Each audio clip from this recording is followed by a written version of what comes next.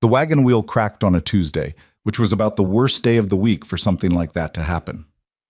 Cole Mercer heard it go, a sharp, ugly pop like a rifle shot, and felt the whole left side of the wagon lurch and drag.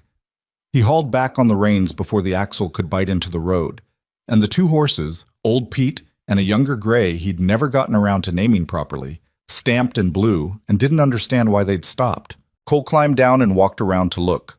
The wheel had split clean through one of the spokes, and the rim had folded inward like a crushed tin cup. He crouched beside it and pressed his thumb against the brake. Dry rot underneath the paint. He'd noticed it 2 weeks ago and told himself he'd get to it. He hadn't gotten to it. "Well," he said, to nobody in particular. He was good at that. Talking to nobody. 3 years alone on a ranch will do that to a man. He stood up and looked around. He was on the north edge of Dry Creek, close enough to hear the town before he could properly see it. Voices. A crowd of some kind. He'd come in to pick up fencing wire and a new pair of work gloves, and now he was going to need a wheelwright on top of everything else. He figured he'd leave the wagon where it sat, unhitch Pete, and ride him in. The gray he'd tie to a post and come back for later. It took him about 10 minutes to sort all that out, and by the time he rode Pete down the main street of Dry Creek, the noise from the square was louder. Not a fight, exactly. More like a crowd that had gathered for entertainment and found something better than they expected. Cole wasn't curious by nature. He had work to do and not enough hours in the day to do it, and whatever was happening in the square was none of his business. He tied Pete to the rail outside Harmon's Hardware and went inside. The man behind the counter, a heavy-set fellow named Doug Harmon with a red face and an opinion about everything, was craning his neck toward the window. "You hear about the auction?" Harmon said without looking at Cole. "I need fencing wire. 200 feet if you've got it." "Oh, I've got it." Harmon still didn't look at him. "They're auctioning off the Hart widow, her and that girl of hers." Cole set his hat on the counter. "Say that again." "The Hart widow. You know the Harts? Had a place out on the Connolly Road, maybe 12 miles east. Husband died back in the spring. Fever, I think. Anyway, she's got no means, she's got a little girl, and she's carrying another one. Town council decided she's a burden on public resources." He shrugged, like this was weather. "So they're selling off the obligation. Somebody takes her on, they get use of her labor, and a county stipend through the winter. It's all legal." Cole looked at him for a moment. "It's legal." "Apparently." "She know about it? She agree to it?" Harmon finally looked at him. "I don't think that was part of the discussion." Cole picked his hat back up off the counter and walked out. Done. The square in Dry Creek wasn't much to look at on a good day.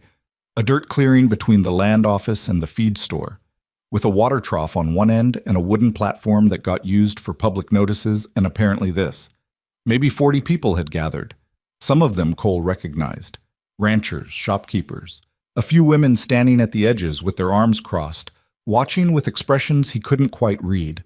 Up on the platform stood a man named Teague, who sat on the town council and ran the only saloon. He was reading from a paper in his hand, but his voice was carrying badly, and Cole only caught pieces of it as he pushed through the crowd. Winter provisions included, county to reimburse at standard rate. Cole stopped when he saw her. She was standing to the left of Teague, a step back, the way you'd stand if someone had placed you there and told you not to move. She was maybe 26, 27. Dark hair pulled back in a knot that had come partly loose.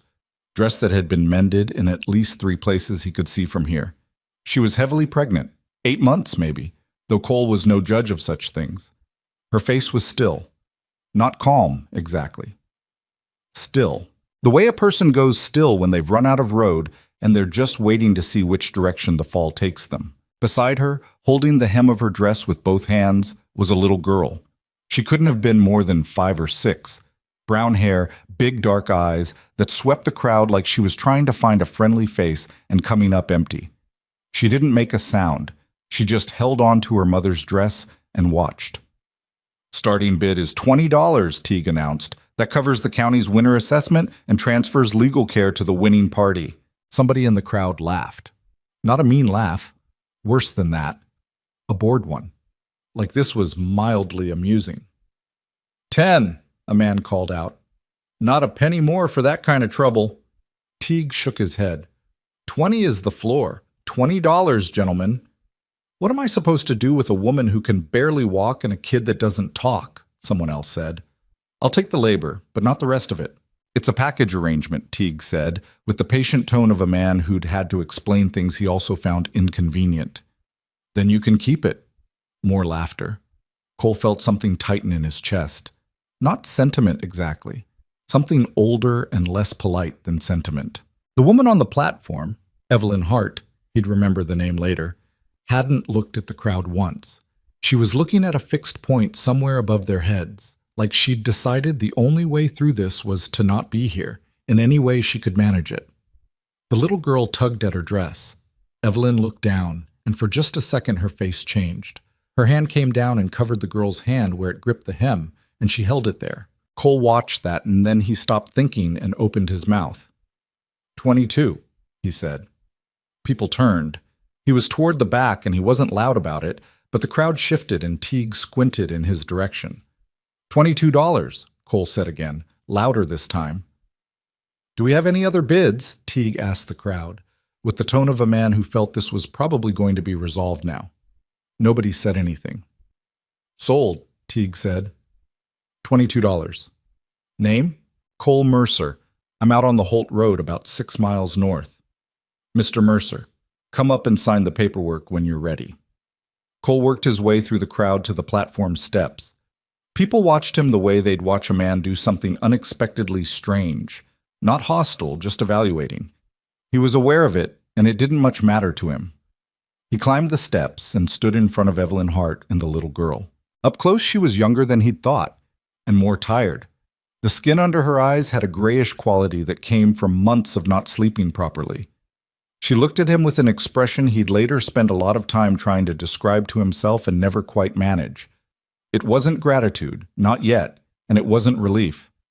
It was the look of someone who has been handed something they don't trust yet. Cole Mercer, he said. I heard. Her voice was quiet, steady. Evelyn Hart. He looked down at this girl. She stared back at him with those dark eyes and said nothing. This is Rose, Evelyn said. How do you do, Rose? Cole crouched down so he was at her level. She studied him with the careful attention of a child who'd learned that people who smiled at you weren't necessarily safe. Then she looked up at her mother and back at him and gave the smallest possible nod, which he decided to take as a good sign. He stood back up and signed Teague's paperwork. His handwriting was bad and always had been, but legal was legal. He handed it back and reached into his coat for his money, which was damn near everything he'd been carrying. $22. That was the fencing wire, the gloves, the 2 pounds of coffee he'd been planning to buy, and a new set of horseshoe nails. All of it gone. He didn't think about that particularly hard. My wagon's broken down on the North Road, he said to Evelyn. I'll need to get the wheels seen to before we can go anywhere. That might take a couple hours. I can find somewhere for you to sit. I'm all right standing, she said. Ma'am, you're 8 months along at least. You're not all right standing for 2 hours. She looked at him like she was deciding whether to argue, and then she didn't. There's a bench outside the dry goods store, she said. Rose and I know where it is. All right, I'll come find you when the wagon's ready. He climbed back down the platform steps. The crowd had mostly dispersed. Whatever entertainment value the thing had had was used up now. A few men watched Cole as he passed, with expressions that ranged from mild contempt to something closer to pity, though he couldn't have said who they were pitying. One man caught his arm, big fellow, mid-40s, with the kind of beard that meant he hadn't had a reason to shave in a while. Cole didn't know his name. You know who that woman belongs to, the man said, quietly, like he was doing Cole a favor. Cole looked at the hand on his arm and then at the man's face. She doesn't belong to anyone. The man dropped his hand. Gideon Hart, he said. You know the name? Cole didn't. You will, the man said, and walked away. Bum. The wheelwright was a taciturn Norwegian named Bjorn, who looked at the broken wheel and then at Cole and communicated, without words, that this was a preventable situation. He said he could have it done by mid-afternoon. Cole thanked him and went to find Evelyn and Rose. They were on the bench outside Hollis's dry goods store. Rose had found a stick somewhere and was drawing lines in the dirt at her feet, very serious about it. Evelyn sat with her back straight and her hands in her lap and watched the street the way a person watches a street when they've run out of ways to think about their situation. Cole sat down on the far end of the bench, leaving plenty of space between them, and took off his hat. The sun was still high. It was going to be a warm afternoon for October. "I want to say something," he said, "and I want you to hear it the way it's meant, not some other way." Evelyn looked at him. "I'm not buying a housekeeper," Cole said, "or anything else that might be in that county document. I've got a ranch that's too big for one person, and I've got 2 spare rooms that have been empty since my uncle moved to Denver. You and Rose can have both of them. You stay until you're back on your feet. If that's 6 weeks or 6 months, that's between you and your own circumstances, not me." He paused. "That's it. That's the whole speech." She was quiet for a moment. "What do you want in return?" "I just said, you just said what you're not asking for. That's not the same thing." He considered that. She was right, technically. "Help around the place when you're able," he said. "Nothing that's going to hurt you or the baby. And company, I suppose, if I'm being honest. I've been out there alone a long time, and I've started talking to my horses more than I'd like to admit." Something moved through her face then. Not quite a smile, but the precursor to one. The shape a smile makes before it decides whether to commit. "How many horses?" "2. Pete and a gray I haven't named." "Why haven't you named the gray?" "I kept thinking I'd sell him, and then I never did. Now he's been there 2 years, and it feels awkward to name him this late." "That's a terrible reason." "I know." Rose had stopped drawing in the dirt. She was watching Cole with the intensity of a small scientist observing an unfamiliar specimen. "She doesn't talk," Evelyn said quietly, not apologizing for it, just telling him. "Does she hear all right?" "Yes. She just stopped after her father died." Cole looked at Rose. Rose looked back at him with those enormous dark eyes, completely self-possessed. "That's all right," Cole said. "I don't talk that much either." The wagon was ready by mid-afternoon, as Bjorn had promised. The new wheel was solid pine, darker than the rest, like a patch on an old coat. Cole loaded the fencing wire he'd finally gotten around to buying, the gloves and coffee he'd have to do without, and came to collect Evelyn and Rose from the bench. Rose climbed into the wagon bed without being asked, and immediately found a piece of rope to examine. Evelyn climbed up to the seat with considerably more difficulty, and Cole had to extend a hand whether she wanted it or not, which she accepted without comment and without looking at him directly. They rolled out of Dry Creek in the late afternoon light. The town fell away behind them, and the road stretched north through grassland that had gone gold and brown with the season. The sky was enormous out here. That was the first thing Cole had noticed when he'd come west, 8 years ago. The sky just kept going. He drove and didn't talk because he could feel how much silence she needed. Rose sat in the wagon bed and dangled her feet over the back edge and watched the road recede, apparently satisfied with this arrangement. After a while, Evelyn said, "You don't know what you've done." It wasn't an accusation. It was said like a statement of fact, almost gentle, like she was bracing him for something. "Then tell me," Cole said. She looked straight ahead. The wind was picking up, rolling down from the north with the particular cold edge that meant the season was turning for real. "My husband's brother," she said, "Gideon Hart. When James died, Gideon decided that the family was his responsibility. That's what he called it. Responsibility." "What did he mean by it?"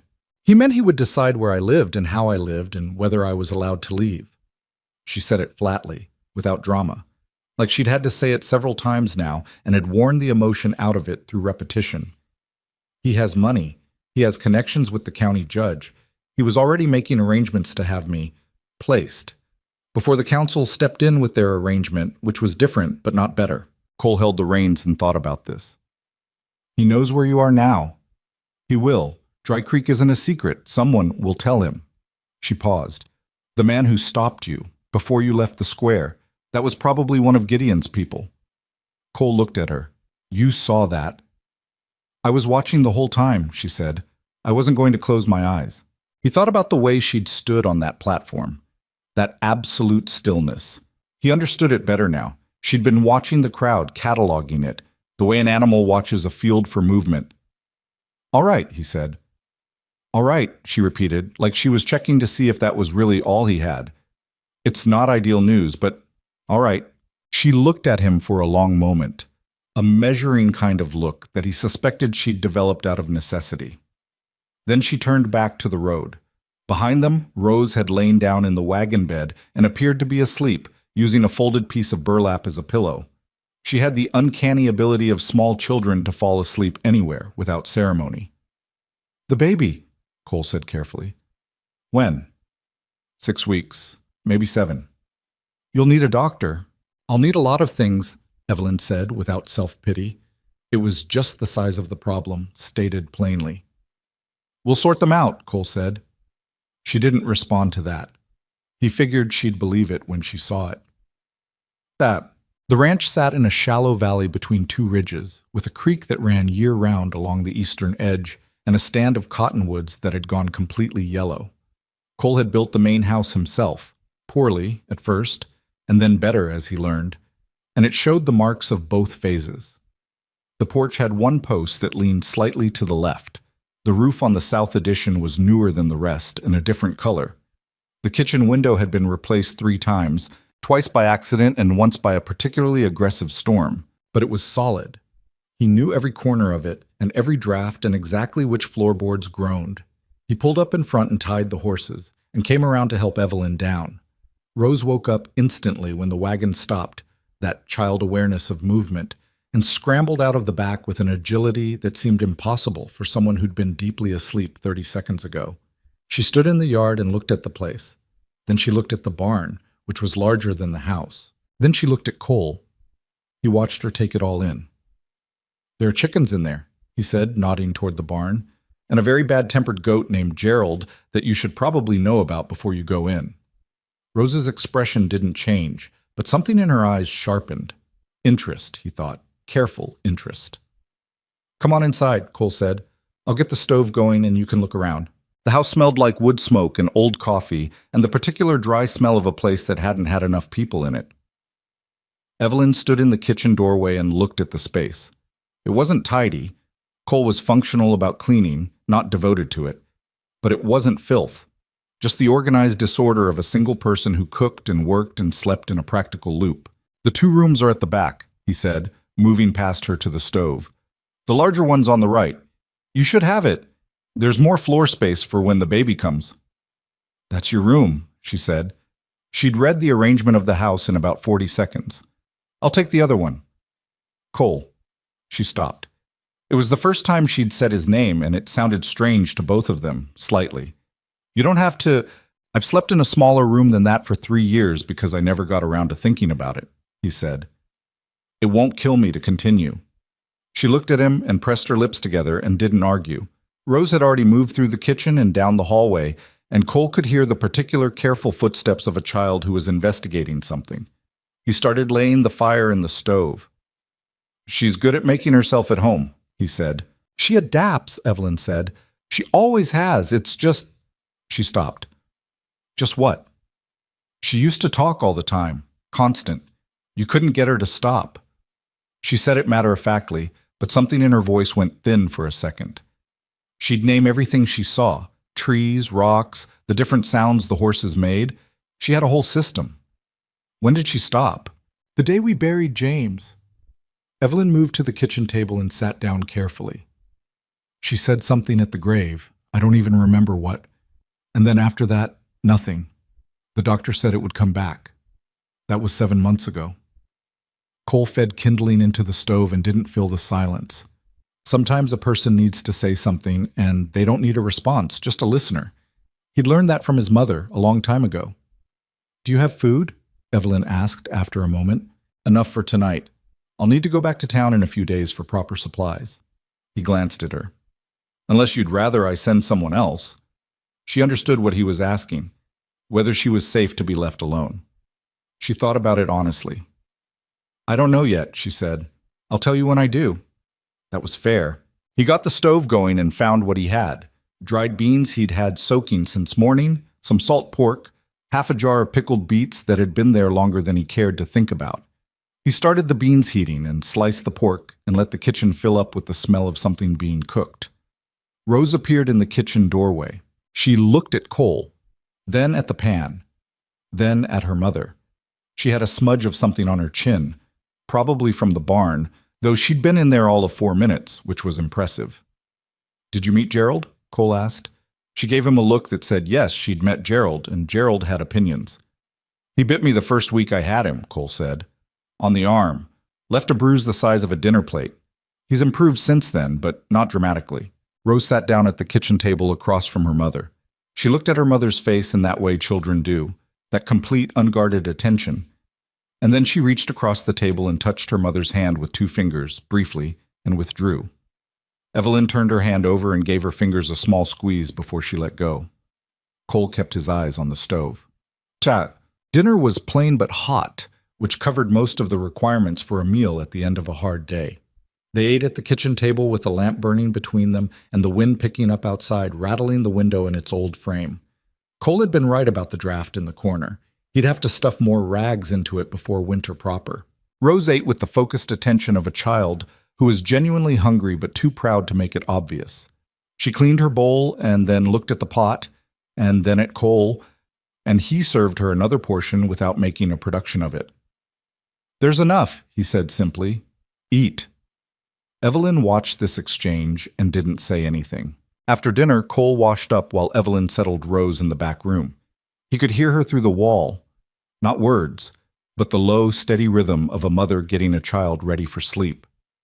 It was a sound he hadn't heard in this house in a long time, and it sat strangely in the rooms, not badly, just differently from silence.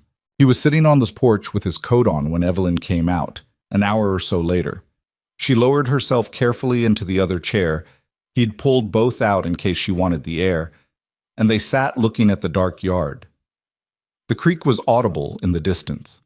A coyote called from somewhere on the eastern ridge and was answered by another, farther off. "She's asleep," Evelyn said. Good. They were quiet for a while.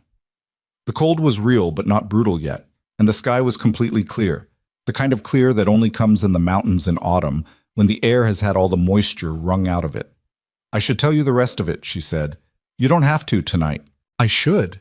She paused, gathering it in the way you gather something you've had to carry for a long time and you're about to set it down.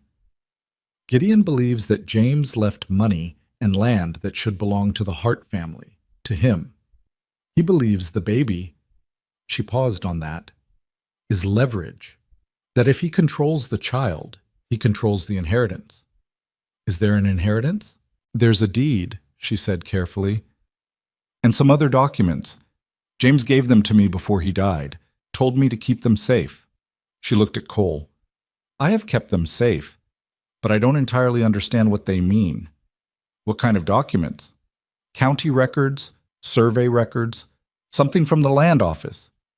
James worked with a lawyer in Billings before he got sick, and he had a correspondence that—" She stopped. "It's complicated." "It usually is," Cole said. "I don't know if they mean what I think they mean," she said, "but I think Gideon does know, and I think that's why he wants them back." Cole was quiet for a moment. "You have them with you, these papers?" "In the lining of my bag," she said. "I've had them there since I left the Hart place." He nodded slowly. "All right, we'll look at them when you're ready. There's a man in Billings I know. Not a lawyer, but he knows land law. Ranched out here 20 years. He'd be able to tell us what we're looking at." "Cole," her voice was careful, "I need you to understand something. Gideon he's not the kind of man who responds to paperwork and reasoning. He's the kind of man who responds to force. I've dealt with that kind before." "Not like this," she said quietly. "He has a reputation. People don't cross him without—" She stopped, started again. "2 men tried to stand up to him after James died, on my behalf. Both of them left Dry Creek before winter." Cole looked at her. "Left or were made to leave?" "I'm not sure there's a difference." The coyotes had gone quiet. The creek moved in the darkness and the wind pushed through the cottonwoods in the long, slow way it did when it was settling in for the night. "He'll come," she said. Not a question. "Probably," Cole agreed. "When he does, we'll deal with it then," he said. "You've got tonight, and you've got a warm room, and Rose is sleeping. Take that, and don't spend it on tomorrow." She was quiet for long enough that he thought she might push back on it. Instead, she looked out at the dark yard and the dark hills beyond it, and she breathed out slowly. "It's quiet here," she said. "Most nights." I forgot what that was like. He didn't say anything to that. He just let it be what it was. The sound of someone realizing they were, at least for this one night, safe. Even if safety was temporary, and they both knew it, and there was a man named Gideon Hart somewhere in the dark landscape of eastern Montana who would not let this stand. Even then. For this one night, quiet. The next morning, Cole was up before dawn, as was his habit. He got the stove going and put coffee on and went out to check the animals in the gray half-light. Gerald the goat regarded him with his usual expression of aggrieved sovereignty. Pete and the gray were dozing. The chickens woke up in their dramatic way, suddenly and all at once, like they'd all had the same thought. He was coming back across the yard when he saw Rose. She was standing at the fence of the small corral, looking at Pete. Pete looked back at her. She'd gotten up and dressed herself.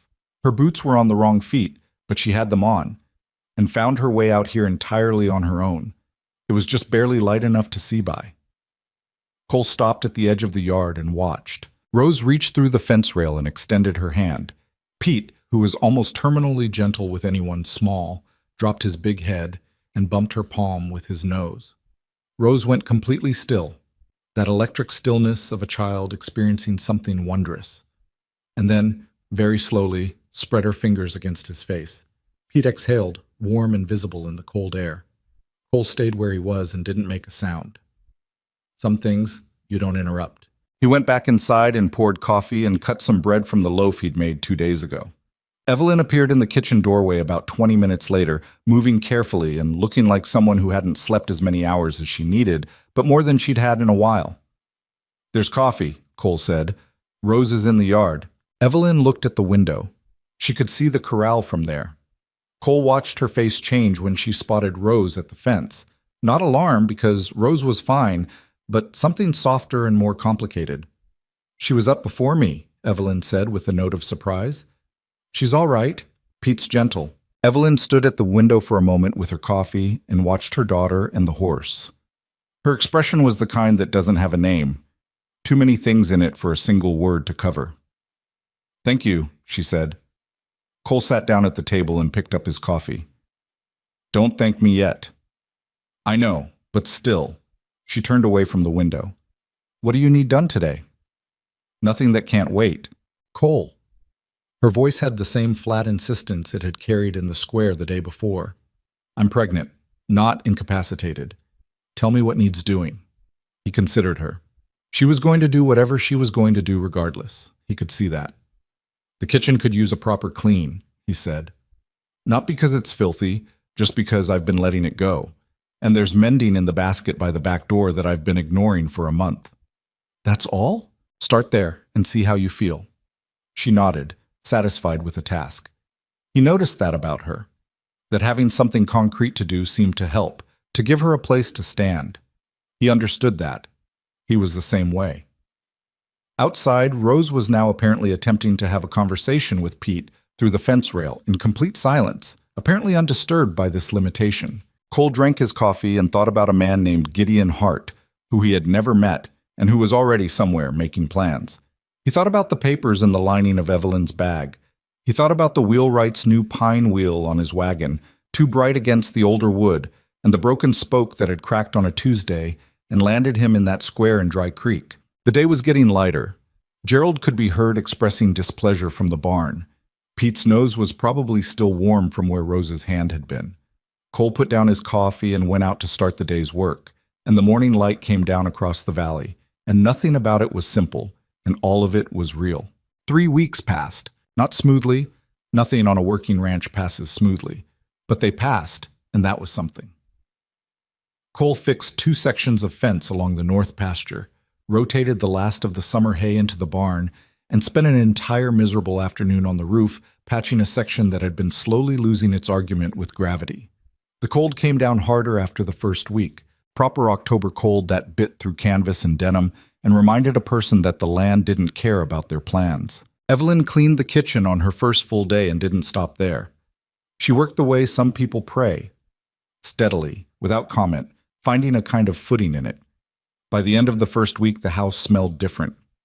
Cole noticed it one morning when he came in from the barn and couldn't immediately identify what had changed. Then he realized it smelled like a place where people lived, plural.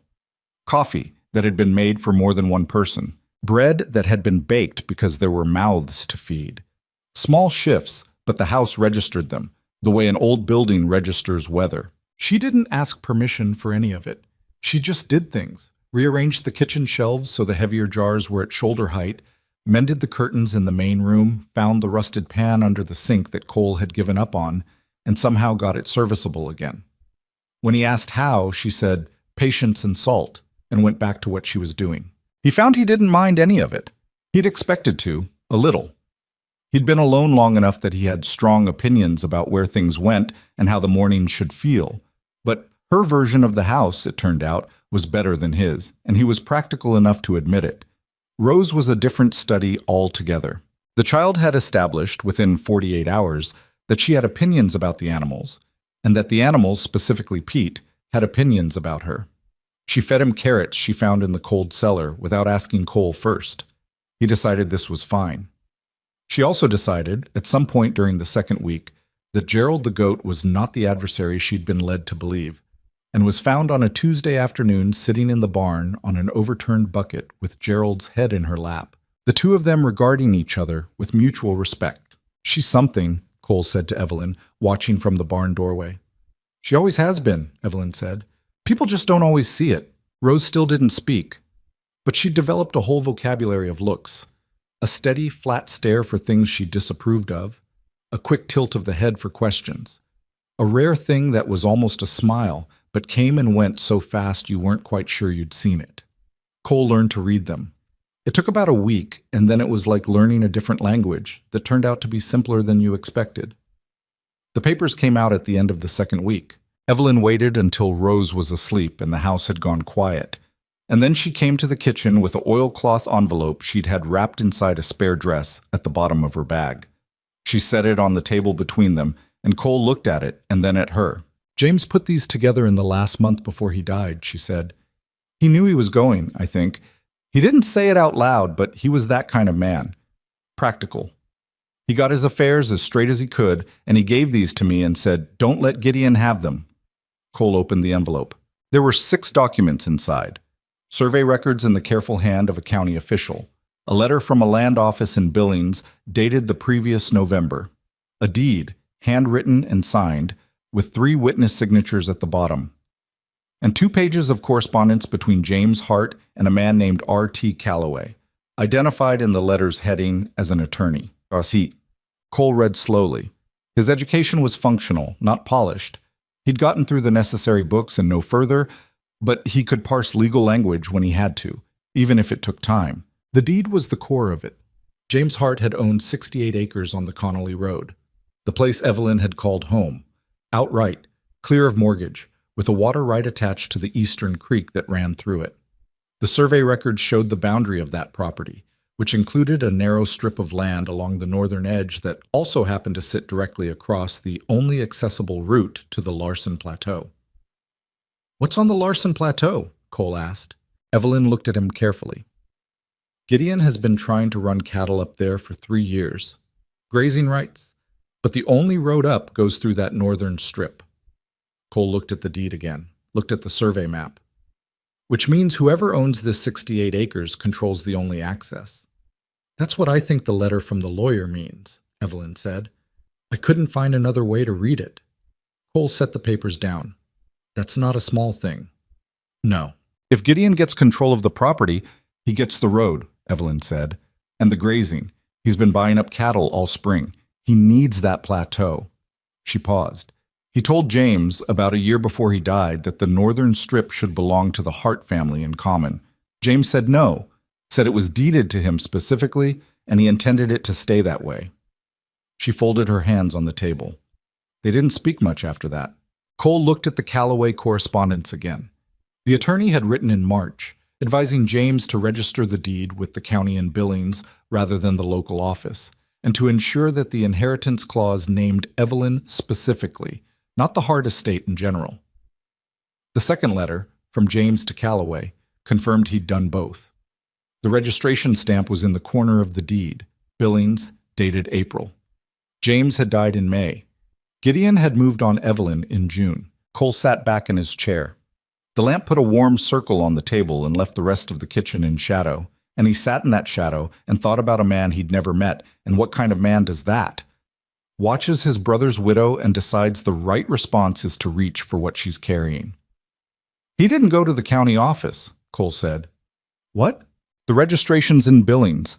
If Gideon tried to challenge the deed through the local office, he'd come up empty. He might not know it's in Billings. Evelyn was quiet for a moment. Or he knows, and he's planning to challenge it regardless. He has connections with Judge Reeves. Reeves. Cole knew the name. Not the man, but the reputation. Reeves has been on that bench 9 years. People say he's accommodating, Evelyn said flatly. To men with money. Yeah. Cole looked at the papers again. We need Calloway. He's in Billings. I know. That's 3 days' ride. I know that too. He looked at her. I'm not saying go tomorrow. I'm saying that when this comes to a head, Calloway is the thread we'll need to pull. He knows the filing, he knows James's intentions, and he can produce correspondence that a county judge can't easily ignore. He paused. Even a judge who's accommodating. Evelyn reached across the table and drew the papers back. She folded them with the same careful hands that had folded them before and put them back in the oilcloth envelope and held it. I've been carrying these since May, she said. Not complaint, just the fact of it. You won't have to much longer. She looked at him. You keep saying things like that, like you're certain. I'm not certain, he said, but I'm not done either, and there's a difference. She held his eyes for a moment and then looked down at the envelope in her hands. Whatever she decided, she kept it to herself. She tucked the envelope inside her dress, against her ribs, the same place she'd been carrying it. I need to sleep, she said. Go ahead. She got up from the table, and he heard her move down the hall to the room at the back. He sat at the kitchen table for a while longer, with the lamp burning low, and listened to the wind work at the house. The week after that was when Holt Deaver showed up. Cole knew Deaver, not well, but enough. He was a ranch hand who'd worked various places in the county over the years, the kind of man who moved from job to job without quite explaining why he'd left the last one. He rode up the lane on a Wednesday morning while Cole was splitting wood, and he had the easy, practiced manner of someone who'd made a business of appearing harmless. Heard you had some boarders, Deaver said, from horseback. Cole set the axe down but didn't step away from it. That's so. Town's talking about it. You know how people are. Deaver had a way of smiling that didn't involve his eyes. Thought I'd ride out, see if you needed any help around the place. Extra hands, with winter coming. I'm all right. The widow Hart, Deaver said, still with that smile. She's settling in? Cole looked at him for a long moment. You ride out from Dry Creek this morning? Left about sunup, yeah. That's 8 miles. I enjoy the ride. 8 miles is a long way to check on somebody's boarders, Cole said. You want to tell me who sent you, or you want to sit on that horse a while longer and think about it? The smile went thin. Deaver looked at the axe and at Cole's hands and made a brief calculation. Nobody sent me. Then I've got nothing for you, Cole said. Have a safe ride back. Deaver held his ground for a few seconds longer than was comfortable, just long enough to make a point about the kind of man he was. And then he turned his horse and went back down the lane without another word. Cole picked up the axe and went back to the wood, but he watched the lane until Deaver was out of sight. That evening, he told Evelyn. She listened without expression. When he was done, she said, Deaver worked for Gideon last winter. I saw him at the Hart place twice. You recognize the name. I recognize the description. She paused. He's not a violent man, I don't think. He carries messages, finds things out. So now Gideon knows exactly where you are. He probably already knew. This was just confirming. She looked at the kitchen window, which showed nothing but dark. He'll want to come himself. He always wants to handle things personally. He thinks it demonstrates, she searched for the word, authority. How long do you think? A week. Maybe less. She looked back at Cole. He won't come alone. No, Cole agreed. Men like that never do. He went out that night and checked the rifle he kept on pegs above the door, and the older one he kept in the barn, and made sure both were clean and loaded. He wasn't a man who reached for guns easily, but he also wasn't a fool about what was coming, and there's a difference between anticipating violence and wanting it. Gideon Hart arrived on a Friday. Cole was in the south field mending a fence section with a roll of wire and a pair of pliers when he heard horses. More than one. He straightened up and watched 3 riders come down the lane in the cold morning air. He left the wire where it was and walked back toward the house with his hands empty and visible. Gideon Hart was easy to identify, even at a distance. He rode like a man who owns whatever road he's on. He was somewhere north of 50, heavy-set in the way of men who'd done physical work once and had stopped and carried the frame of it with them. A dark coat, good quality. A hat that had been expensive once. His face had the set of someone who had not been told no enough times to get used to the feeling. The other 2 riders stayed back when Gideon pulled up in front of the house. Cole came across the yard and stopped about 15 feet from him. Neither man said anything for a moment. "Mr. Mercer," Gideon said. His voice was the kind of voice that expected rooms to quiet when it spoke. "I appreciate you providing temporary shelter for my brother's wife. In difficult circumstances." "She's not your brother's wife anymore," Cole said. "Your brother's dead." Gideon's expression didn't flicker. "Which makes her welfare a family concern. I'm sure you understand." "I understand she's here because she chose to be, and she's welcome to stay as long as she likes." "That's kind of you." Gideon's tone suggested kindness was something he found slightly ridiculous. "But the arrangement the county made, I've reviewed the paperwork, and it's my opinion that it wasn't properly executed. Evelyn belongs with family. With respect," Cole said, "she's not a piece of property that can belong to anyone." Something moved in Gideon's face then. A brief, involuntary tightening. He controlled it quickly. "I'm not here to argue jurisdiction with a fence rancher," he said. "I'm here to collect my sister-in-law and her daughter and return them to a safe situation. I'm sure you didn't take on this obligation expecting it to be permanent." "I didn't take it on expecting anything. I took it on." They looked at each other. The 2 riders behind Gideon held their horses steady and said nothing. They were the kind of men whose entire purpose was to be standing there. The front door of the house opened. Evelyn came out onto the porch. She moved carefully, one hand on the railing. She was nearly 9 months now, and moving carefully was simply what was required. But she stood straight when she got there. She looked at Gideon the way Cole had seen her look at things she'd already decided about.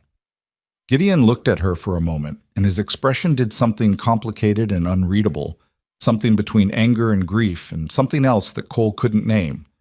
Whatever it was, he put it away fast. "Evelyn," he said. "Gideon," she said, "this isn't necessary. Whatever you think—" "I'm not coming back," she said. Clear. No shake in it. "You're in no condition to, I'm in exactly the condition I'm in," she said, "and I'm staying here. The county document is legal. Mr. Mercer is legally responsible for my welfare and Rose's welfare through the arrangement. You've seen the paperwork. You know how it reads." Gideon's jaw tightened. "The county arrangement doesn't supersede family rights." "Then take it up with the county," Cole said. Gideon looked back at him. There was something in his eyes that Cole registered the way you register heat from a fire. Not a threat made exactly, but the potential for one, present and real. "This isn't finished," Gideon said. "It isn't," Cole agreed. "But today it's finished." It took several seconds. Gideon sat on his horse and looked at the house and at Cole and at Evelyn on the porch, and made the calculation that men like him make when they find themselves without the leverage they came in expecting. Then he turned his horse, and the 2 riders turned with him, and they went back down the lane. Cole stood in the yard and watched until they were gone. Then he turned around. Rose was standing in the doorway behind Evelyn, looking around her mother at the retreating horses. She watched them go, and then she looked at Cole, and the expression on her face was one he'd never seen from her before. Not the careful watchfulness, not the flat stare. Something older, something that on a grown person's face you'd call recognition. Like she'd seen this kind of thing before and she was cataloging it. He crossed the yard and came up the porch steps, and Evelyn let out a long, slow breath. "He'll be back," she said. "Yep." "With something more than 2 riders." "Probably." She looked at him. "And you're still not—" "Still not done," he said. She pressed her lips together and went back inside, and he didn't follow immediately. He stood on the porch and looked at the lane, empty now, and thought about what Gideon had said. This isn't finished. And about the particular way he'd looked at Evelyn when she came out on the porch, that complicated, unreadable thing that had been on his face for just a moment. Cole had seen that look before, on a different man, years ago. It was the look of someone who had confused possession with love for so long that they no longer knew the difference. That was, in some ways, the most dangerous kind of man. The fire happened on a Saturday night, 11 days later. Cole woke to the smell before he heard anything. Smoke, but hot and wrong, not the usual wood smoke comfort of the stove. He was out of bed and down the hall before he was fully awake. He went to Rose's room first, instinct, and she was sitting up in bed in the dark with her eyes wide open, which meant she'd woken before him. He picked her up and went for Evelyn's room. Evelyn was already on her feet. "I smell it," she said. "The barn," he said. "Get out front and stay in the yard, both of you." He went out the back of the house and across the yard at a run and hit the barn door, and the heat of it pushed him back. Not fully involved, not yet. The fire had started in the south corner, near the old hay, and the horses were screaming. He went in anyway. The smoke was low and thick, and he couldn't see well. He found Pete's stall by memory and got the halter off the post and got it on him half blind. And Pete was wild with it, whites of his eyes showing, and Cole talked to him low and firm the way you have to, and got him moving. The gray was harder, more flight in him, less trust, and Cole burned his forearm on a falling ember getting the stall door open.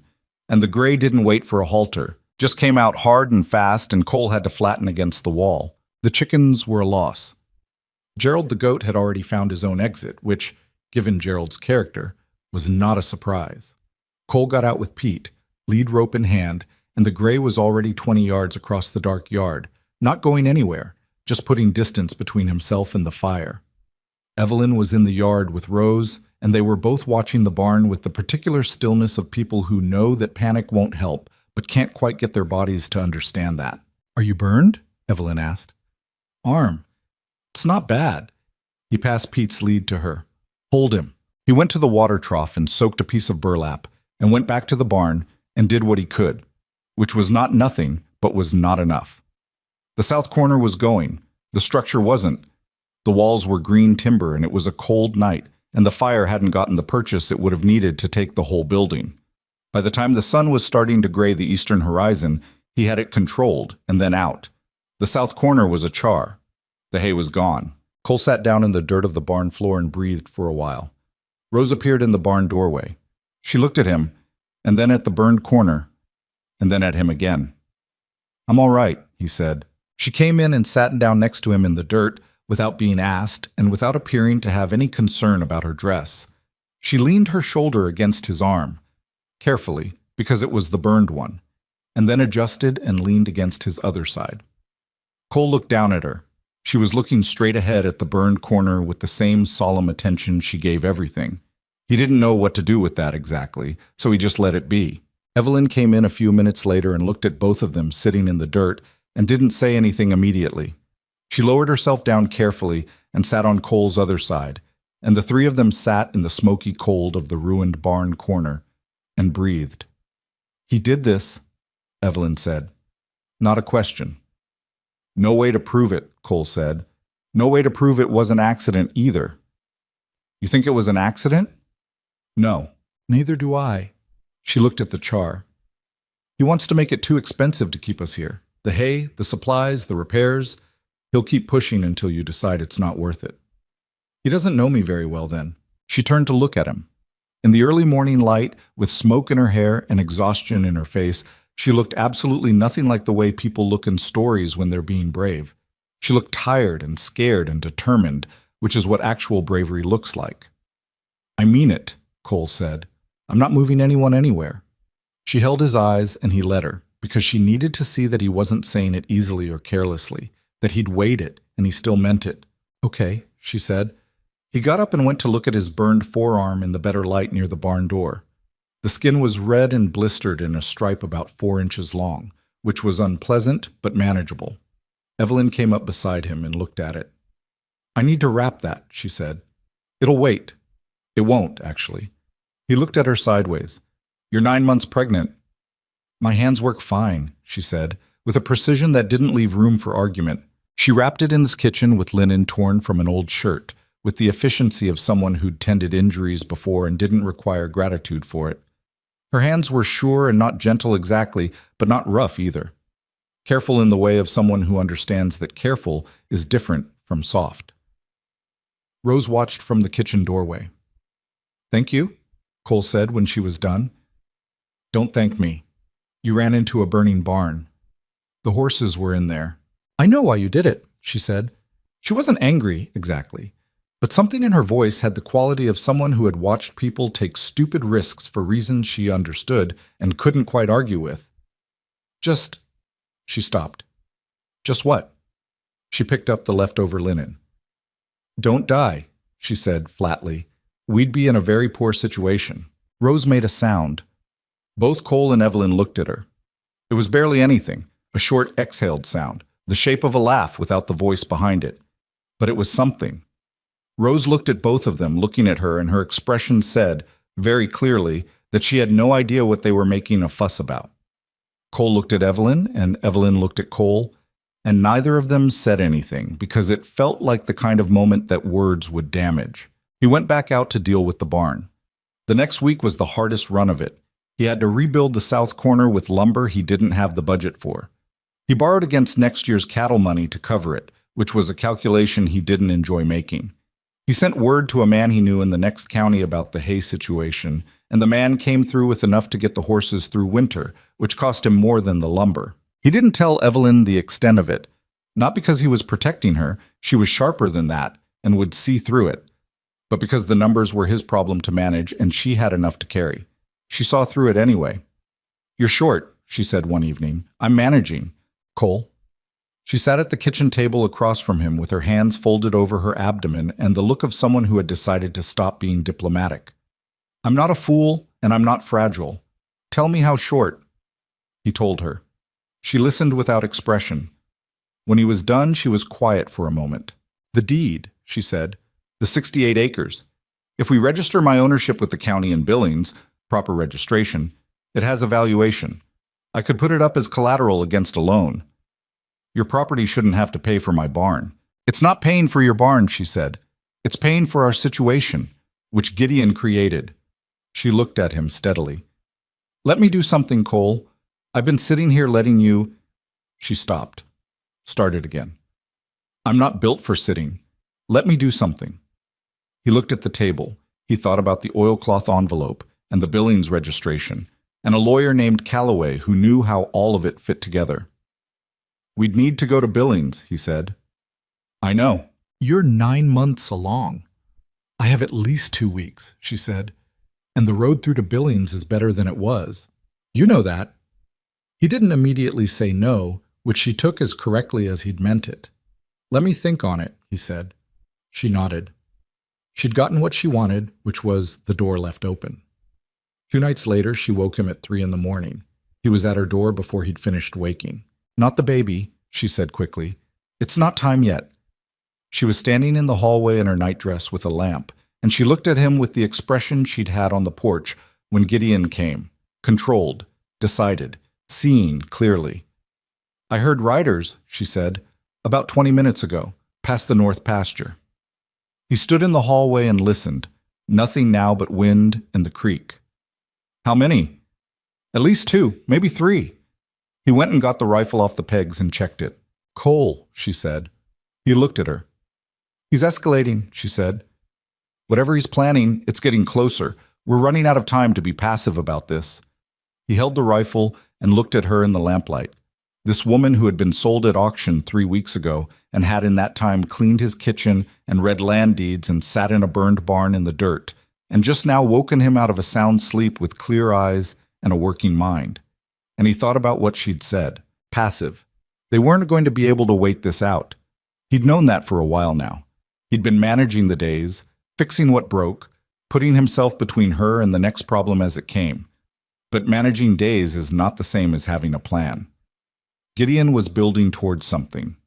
Legal pressure, physical pressure, or both. And a man who burned your barn because he was angry was not going to stop at the barn. "Tomorrow," Cole said, We'll talk about what we do next." She nodded. She looked at the rifle, and then at his wrapped forearm, and then at his face, and she went back to her room.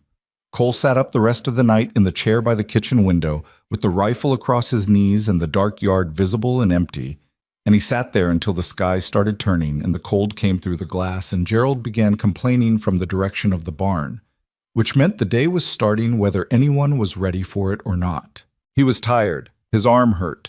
The south corner of his barn was still black and raw, and he owed money against next year before next year had even started, and he wasn't done. He put the rifle back on the pegs when it got light enough that he could see the lane clearly, and he went and started the stove. And when Rose appeared in the kitchen doorway 20 minutes later, boots on the right feet this time, he poured her a cup of the weak tea she'd decided she preferred and put it on the table, and she sat down and wrapped both hands around it like it was something precious. They sat in the kitchen in the early morning quiet and waited for the day to come. The talk happened the next morning after Rose had gone out to the corral. Cole poured 2 cups of coffee and set them on the table and sat down, and Evelyn sat across from him, and for a moment neither of them said anything. Outside, the gray horse was standing at the fence rail, and Rose was there with him, her breath making small clouds in the cold. The yard was empty of anything threatening. The lane was clear. But the feeling of the night before, the riders she'd heard, the waiting, sat in the kitchen with them like a third person who hadn't introduced themselves. "He's going to try something legal," Cole said. "That's next. He came out here with 2 men and got nothing. He burned the barn and got nothing. The next move is paperwork." Evelyn wrapped both hands around her cup. "Judge Reeves. If he's got Reeves, he can file a petition for guardianship. You're unmarried, you're near term, you have no property in this county. On paper, you look like exactly what he'll say you are, a woman who needs to be managed." Cole said it plainly because there was no kind way to say it. He could make an argument that the county arrangement was improper, that I'm not a suitable, that the situation isn't stable. She listened without reacting. He'd noticed she did that, gave you the full amount of what you were saying before she responded, didn't patch over the hard parts with reassurance. "So we need to move before he files," she said. "We need to remove the argument before he can make it." Cole looked at the table. He'd been awake most of the night with this, and he'd come to the same point from every direction. There's one thing that makes his petition impossible, one thing that a county judge, even Reeves, can't get around. She looked at him. She'd already gotten there. He could see it in her face. "You're going to say marry you," she said. "I'm going to ask it," Cole said. "There's a difference." She was quiet. Outside, Rose had climbed up to sit on the fence rail, and the gray had moved his head to rest it near her knee, which meant the gray had finally decided she was trustworthy, which was more than he'd done for Cole in 2 years. "I know what this is," Cole said. "I'm not—" He stopped and started again with more care. "I'm not asking you to feel something you don't feel, or pretend to something. I'm asking you to let me make a legal fact that protects you and Rose and the baby. After that, the shape of it is whatever you want it to be." "What does that mean, the shape of it?" "It means I'm not asking for a wife in any way that you're not willing to give. You'd have your room. You'd have autonomy over your own life. If 6 months from now you want to take the deed and the children and go somewhere else, I won't stop you." He paused. "But right now, today, legally, I think it's the only move we have left." She looked at him for a long time. Not with distrust. She'd moved past that. It was more that she was looking at him the way you look at a map when you're trying to figure out which roads are real and which ones are old and no longer passable. Assessing. Being honest with herself about what she was assessing. "You've thought about what this costs you," she said. "Yes." And I decided I didn't mind." "Cole." Her voice was careful. "You're a young man. You'd be—" "I'm 34, he said. "That's not young. You'd be taking on a wife you didn't choose, 2 children, a legal dispute with a man who burns buildings, and a debt that was caused by a situation that needed handling," he said. "And I handled it. That's the end of that accounting." She looked at him. "You're stubborn." "I've been told." "It's not a compliment." "I know." He met her eyes. "What's your answer?" She breathed in slowly and let it out. She looked down at the table, at her coffee, at her hands around the cup. She looked at the window where Rose was visible at the fence. Then she looked back at him. "If I say yes," she said, "I want you to understand something clearly. I'm not a burden that's been handed to you.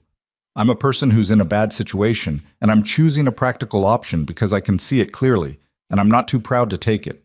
She paused. "I'm choosing it, not collapsing into it." "I understand that," Cole said, "and I want it said plainly between us, like, this is a legal arrangement first. Whatever else it is or isn't, that's between us to work out over time. But I won't have you being kind to me out of obligation and me being grateful out of debt. That's not a life for either of us." "Agreed." She looked at him once more, the full, clear look. "Yes," she said. "Yes, I'll marry you." He nodded. Then he picked up his coffee and drank it, because he needed to do something with his hands. She did the same. After a moment, she said, "When?" "Soon as we can manage it. There's a justice of the peace in Heron, 12 miles west. Man named Aldous Webb. He's done it before and he doesn't ask for much." "This week?" "Tomorrow, if you're willing, or the day after." He looked at her. "You're running out of weeks and I'd rather the paperwork exist before you go into labor." She almost laughed. Not quite. It was that precursor thing again, the shape without the sound. But almost. That's possibly the least romantic reason to set a date that anyone has ever given. "I told you I wasn't romantic." "You didn't, actually." "Well, now you know." They went the next day. Cole borrowed a wagon from his neighbor Aldous Pitts, who lived 3 miles north and asked no questions, which Cole appreciated. Evelyn had one good dress, dark wool, navy, that she'd kept folded at the bottom of her bag through everything. She put it on in the morning and came out of her room, and Cole thought, and did not say, that she looked like someone who had made peace with a hard decision and was walking into it straight. Rose wore her cleanest dress and had managed her boots correctly. She carried the small cloth rabbit she'd had since Dry Creek, holding it by one ear with complete unconscious dignity. The road to Heron was rough in places, and Evelyn held the side of the seat without complaint on the bad stretches. It was a cold, clear day, the kind Montana produces in November, like a proof of concept for winter. Here, it says, is what I'm capable of. The mountains to the west were white to their midsections. Cole drove, and they didn't talk much, which was its own kind of ease. He'd noticed that about the two of them. The silences between them had stopped being uncomfortable weeks ago. They'd become something functional, like the silences in a working kitchen when two people are both doing things, and don't need words for it. Aldous Webb was a small, precise man in his 60s who operated out of a building that also served as a land registry office and apparently a cobbler's shop, based on the smell. He produced the necessary book and asked the necessary questions without ceremony or editorializing, which Cole considered the ideal approach. "Do you have witnesses?" Webb asked. Cole had thought of this. He'd sent word to Aldous Pitts before they left, and Pitts had ridden over to Heron that morning and was sitting in the back of Webb's office reading a newspaper. He looked up when asked and said, "Sure," with the easy manner of a man who understood that some things were between people and your job as a witness was simply to be present. Webb's housekeeper, a broad woman named Mrs. Fentner, served as the second. The ceremony took 11 minutes. Cole said what was asked of him in a flat, clear voice. Evelyn said what was asked of her the same way. Webb pronounced them married in a tone that suggested he'd done this enough times to know that the words mattered even when the ceremony was brief, and he didn't shortchange them. Rose stood beside her mother throughout and held her rabbit and watched Webb with the solemn attention she gave to things she'd decided were important. Afterward, outside in the cold, Pitts shook Cole's hand and said, "Congratulations," without irony, and rode home.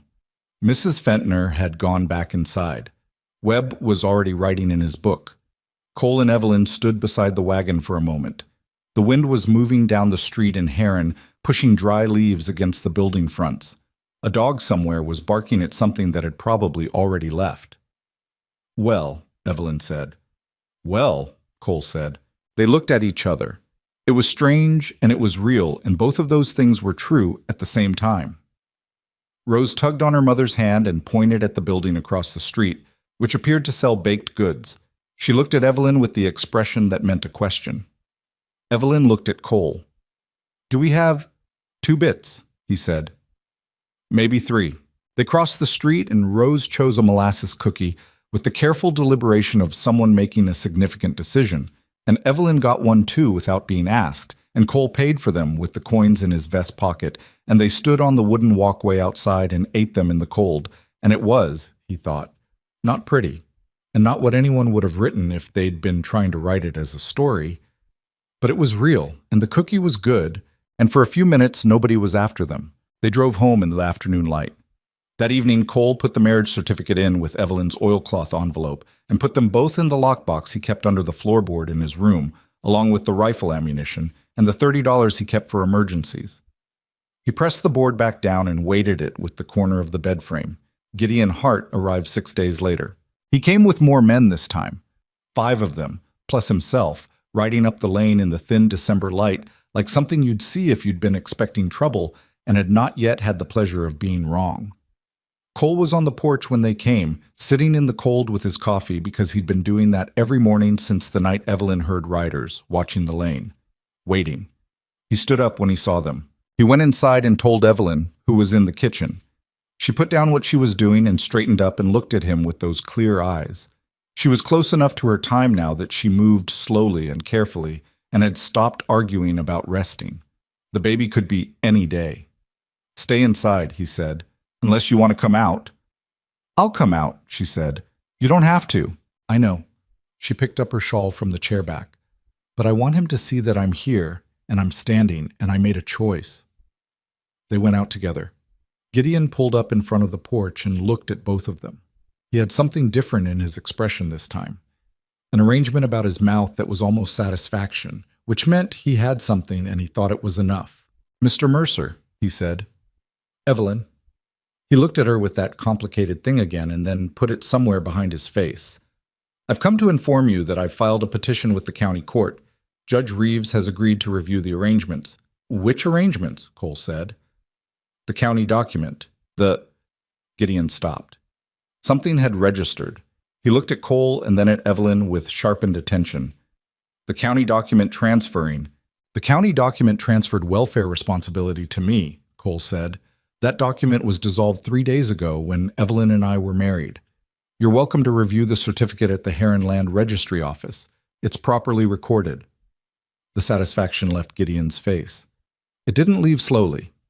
It went all at once, like a lamp going out, and what replaced it was something rawer and less controlled. He looked at Evelyn. "You didn't." "I did," she said. "Evelyn," his voice had dropped. There was something in it that might have been genuine underneath everything else, something that had more history to it than Cole could see. "You don't know what you've done." "I know exactly what I've done," she said. "I married a man who treats me like a person. I'd recommend it." One of the men behind Gideon shifted in his saddle. Another was watching Cole with the professional attention of someone trying to calculate distances and angles. Cole kept his eyes on Gideon. "Your petition to Judge Reeves," Cole said, "addresses a woman named Evelyn Hart, widow of James Hart, under the care of the county.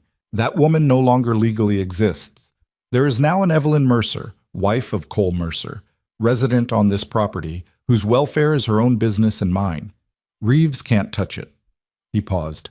"You can confirm all of this with a lawyer before you waste any more of your time." Gideon's jaw was tight. His hands on the reins were tight. The men behind him were watching the situation with the careful neutrality of men who'd been paid to be here but not to die here, and could feel the distinction. "You think this is finished?" Gideon said. His voice had gotten quiet, which was, Cole had already learned, worse than when it was loud. "I think you came here with a plan that doesn't work anymore," Cole said.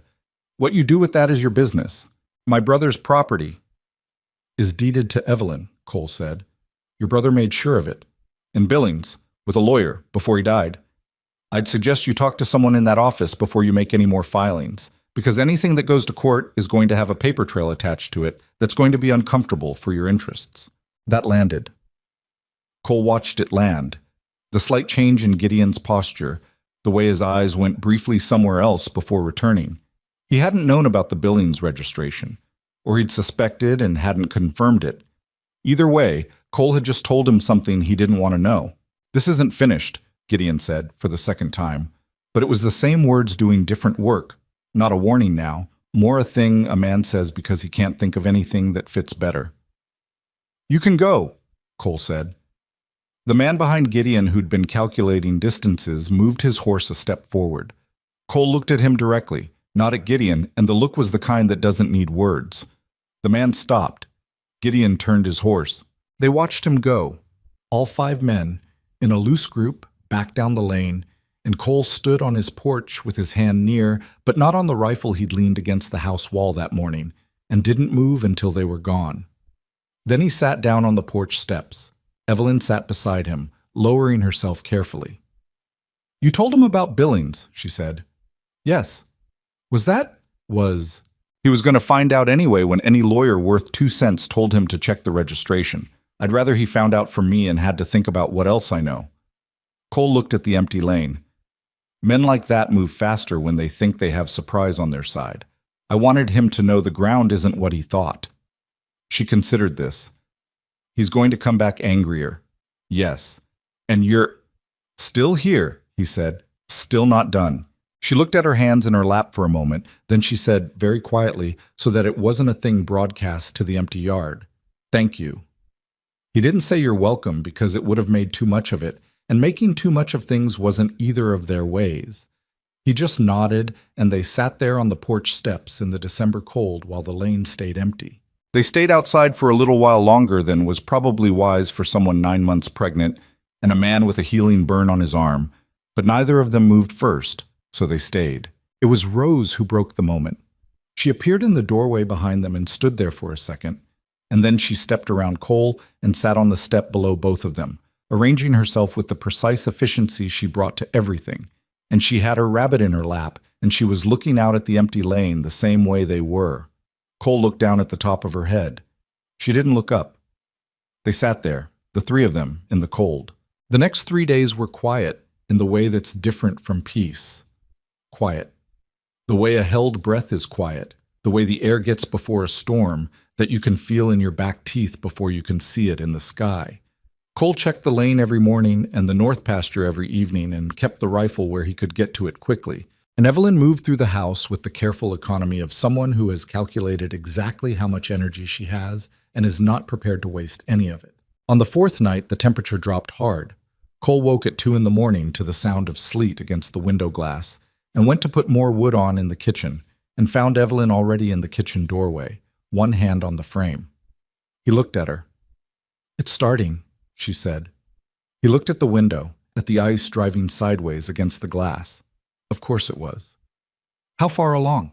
Maybe an hour, maybe less. She was managing it, he could see, keeping her breathing even, staying ahead of it. "There's a woman in Heron, Mrs. Calloway. She's midwifed before. I don't know if—" 12 miles in sleet at 2 in the morning, Cole said. He was already thinking. "She can't come out here in this, and I can't get you there." He looked at her. "Have you done this before?" "Once," she said. "With Rose, it was—" She stopped. James was there. Cole stood in the kitchen in his work clothes and thought about the sleet and the road and 12 miles and what was available to him right now, in this house, tonight. "I've got clean linen," he said. "I've got hot water as fast as I can get it. I know the basic shape of it from—" He stopped. "I helped birth a foal 3 years ago that was turned wrong. That's not the same thing." "No," she said, with a breath that was slightly too controlled to be just a breath. "It's not. Tell me what you need," he said. "Right now, start there. What do you need?" She looked at him. There was something working behind her eyes, not fear exactly, but the close cousin of it. She breathed, and it settled. "Get Rose up," she said. "Put her in the main room with a lamp and tell her to stay there. Then boil water and bring the extra blankets from the chest." She paused. "And stay calm. If you panic, I'll panic." "I don't panic," he said. "Good," she said. "Neither do I." He got Rose up, which was easy. She woke at the sound of his voice and seemed to assess the situation immediately, with the unnerving accuracy she had for reading rooms. He settled her in the main room with a lamp and a blanket, and she sat on the floor with her rabbit and watched him go without making a sound, her dark eyes tracking him. He boiled water. He pulled the extra blankets from the chest and brought them to Evelyn's room. He banked the fire in the stove high enough to keep the house warm through what was going to be at least several hours. And he did all of this without rushing and without fumbling because he had been given a job and he intended to do it. What followed was the longest night Cole Mercer could remember. He stayed close, went where he was needed, and mostly he was needed to be steady. Not to do much, not to say much, just to be present in a way that didn't add to the weight of the room. Evelyn worked through it the way she worked through everything. Without melodrama, without asking for more than she needed, though there were moments that were hard and she didn't pretend they weren't. She made sounds that were not dignified and did not care, and he respected that.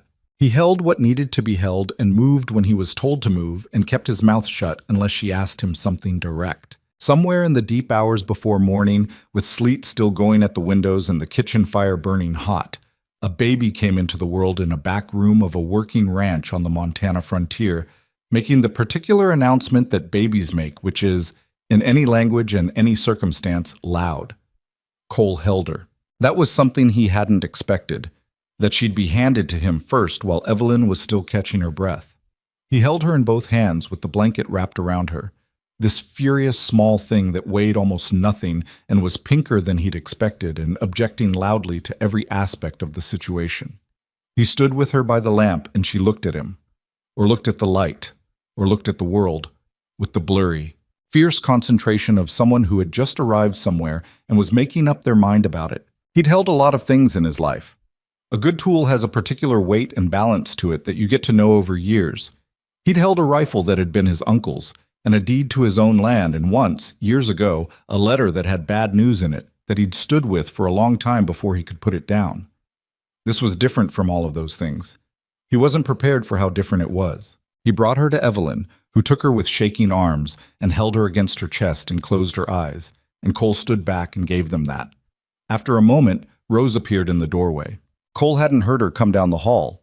She stood at the doorway and looked at her mother and the bundle in her arms, and her face did something that Cole would not have been able to describe if someone asked him to. It was the face of someone encountering something they had no category for yet, something that was going to rearrange things. Evelyn looked up and saw her. "Come here," she said. Rose crossed the room and stood at the edge of the bed and looked at the baby. The baby had calmed somewhat, though was still making small sounds of general dissatisfaction. Rose looked at her for a long time. Then she reached out one careful finger and touched the baby's hand, and the baby's hand, that involuntary grip of newborns, closed around it. Rose went absolutely still. "She's going to need a name," Evelyn said softly. Cole stood at the back of the room and said nothing. This was not his moment to speak. Rose looked at her mother. Then she opened her mouth and said in a voice that was small and rusty from disuse but entirely her own, "Clara." The name sat in the room. Evelyn looked at her daughter. Cole looked at Rose. Rose was looking at the baby, whose hand was still wrapped around her finger, her face with that expression, that unnameable, rearranged thing. "Clara," Evelyn said. "Yes." Cole stepped back until he was in the hallway, because he needed a moment, and the hallway was where he could have it. He stood there in the dark with the sleet going at the windows, and the sound of the fire from the kitchen, and the small sounds from the room behind him, and he stood there for a while. Outside, the sleet was turning to snow. Through the small window at the end of the hall, he could see it coming down differently now, softer, slower, the way snow moves when it's replaced the rain completely and settled in. The lane was going white, the yard was going white, the burned corner of the barn was going white. He went back to the kitchen and put more wood on the fire and put water on to heat, and stood at the window and watched the snow come down over his land, and after a while the sky started going gray with the beginning of morning. Clara was about 4 hours old when Gideon Hart's man arrived. Cole heard the horse before he saw it. One rider, coming fast up the lane in the new snow, which was already 3 inches and still falling. He went to the door. The man who pulled up was not someone Cole recognized. Young, hard-faced, in a long coat with a folded paper in his hand. "Cole Mercer," the man said. "That's me." The man held out the paper. "From the office of Judge Abraham Reeves. You've been served." Cole took the paper. He didn't open it in front of the man. "Anything else?" "No, sir." The man turned his horse and went back down the lane, and Cole stood in the doorway with snow falling on his shoulders and the folded paper in his hand, and listened to the hoofbeats fade. He went back inside. He stood at the kitchen table and opened the paper and read it. His reading was slow but thorough, and when he'd finished, he read it again to be sure he'd gotten it right. Then he set it down and looked at the ceiling for a moment, Then he went and stood in the doorway of Evelyn's room. She was awake. Clara was asleep against her side. Rose was curled at the foot of the bed, also asleep, still wearing her dress, which was going to be wrinkled past saving. Evelyn looked at Cole's face and then at the paper in his hand. "What is it?" He came in and gave it to her. She read it with Clara asleep against her, and her face went through several things before it settled. "He's challenging the Holt Road deed," she said. "He's claiming you don't own this property, that the original purchase was fraudulent?" "Allegedly," Cole said. "According to that, the man who sold me this place 7 years ago didn't have clear title to it, which would mean my deed is invalid." "Is it true?" "I don't know," Cole said. "I bought it in good faith. The title was clear at the time, as far as the county office said." He paused. "But if someone went looking for a problem and had a judge willing to look the right way—" She held the paper and looked at it and then at him. "He wants the land." "He doesn't want the land. He wants us off the land." "Cole." She said his name the way she did when she needed him to see something clearly and not sideways. "If he gets a ruling that your deed is invalid, you lose the ranch. Everything." She paused. "He's not just coming after me anymore. He's coming after everything you have." The snow was still coming down. Through the window, the lane was erasing itself. Clara made a small sound in her sleep and resettled, and the sound was so ordinary and so new that both of them looked at her for a moment before they could look at each other again. "I know," Cole said. "What are we going to do?" He looked at the paper in her hands and at his sleeping daughter. He thought it, clearly and without alarm, in those words, his daughter, and at the snow outside and at Evelyn, who was watching him with the clear-eyed attention she always gave things she needed to understand completely. "We're going to fight it," he said. She held his gaze. "How?" "I don't know yet," he said. "But I'm not losing this land, and I'm not losing this family." He said the last word without planning to, and it sat in the room without either of them moving, and then he said, "Let me think." She nodded. She handed him back the paper, and he took it and folded it and put it in his shirt pocket. Behind him, from the foot of the bed, Rose stirred.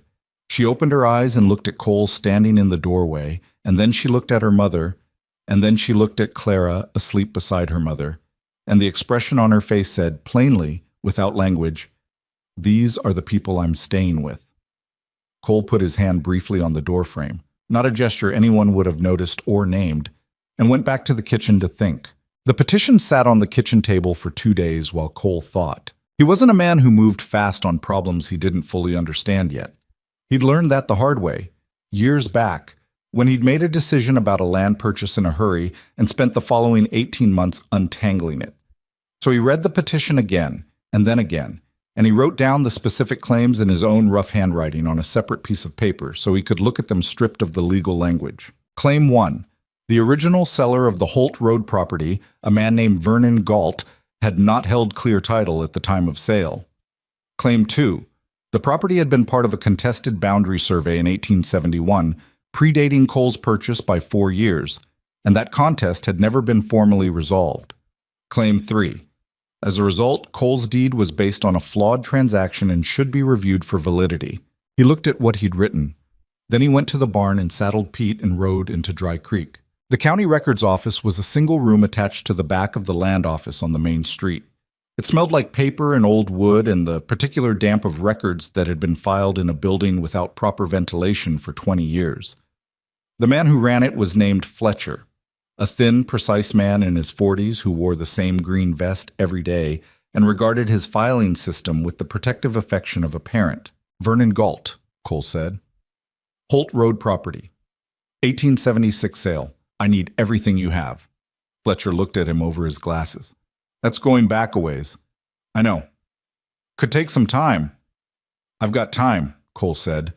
He didn't particularly have time, but he sat in the hard chair Fletcher pointed him toward and waited. It took an hour and a half. Fletcher produced 3 folders, dusty enough that Cole had to keep himself from coughing when he opened the first one. He read through them carefully, page by page, the way he'd read the petition, looking for the thing he didn't know yet, the fact that would make the shape of everything else change. He found it in the second folder. It was a survey record from 1872, not 1871, and it wasn't a contested boundary.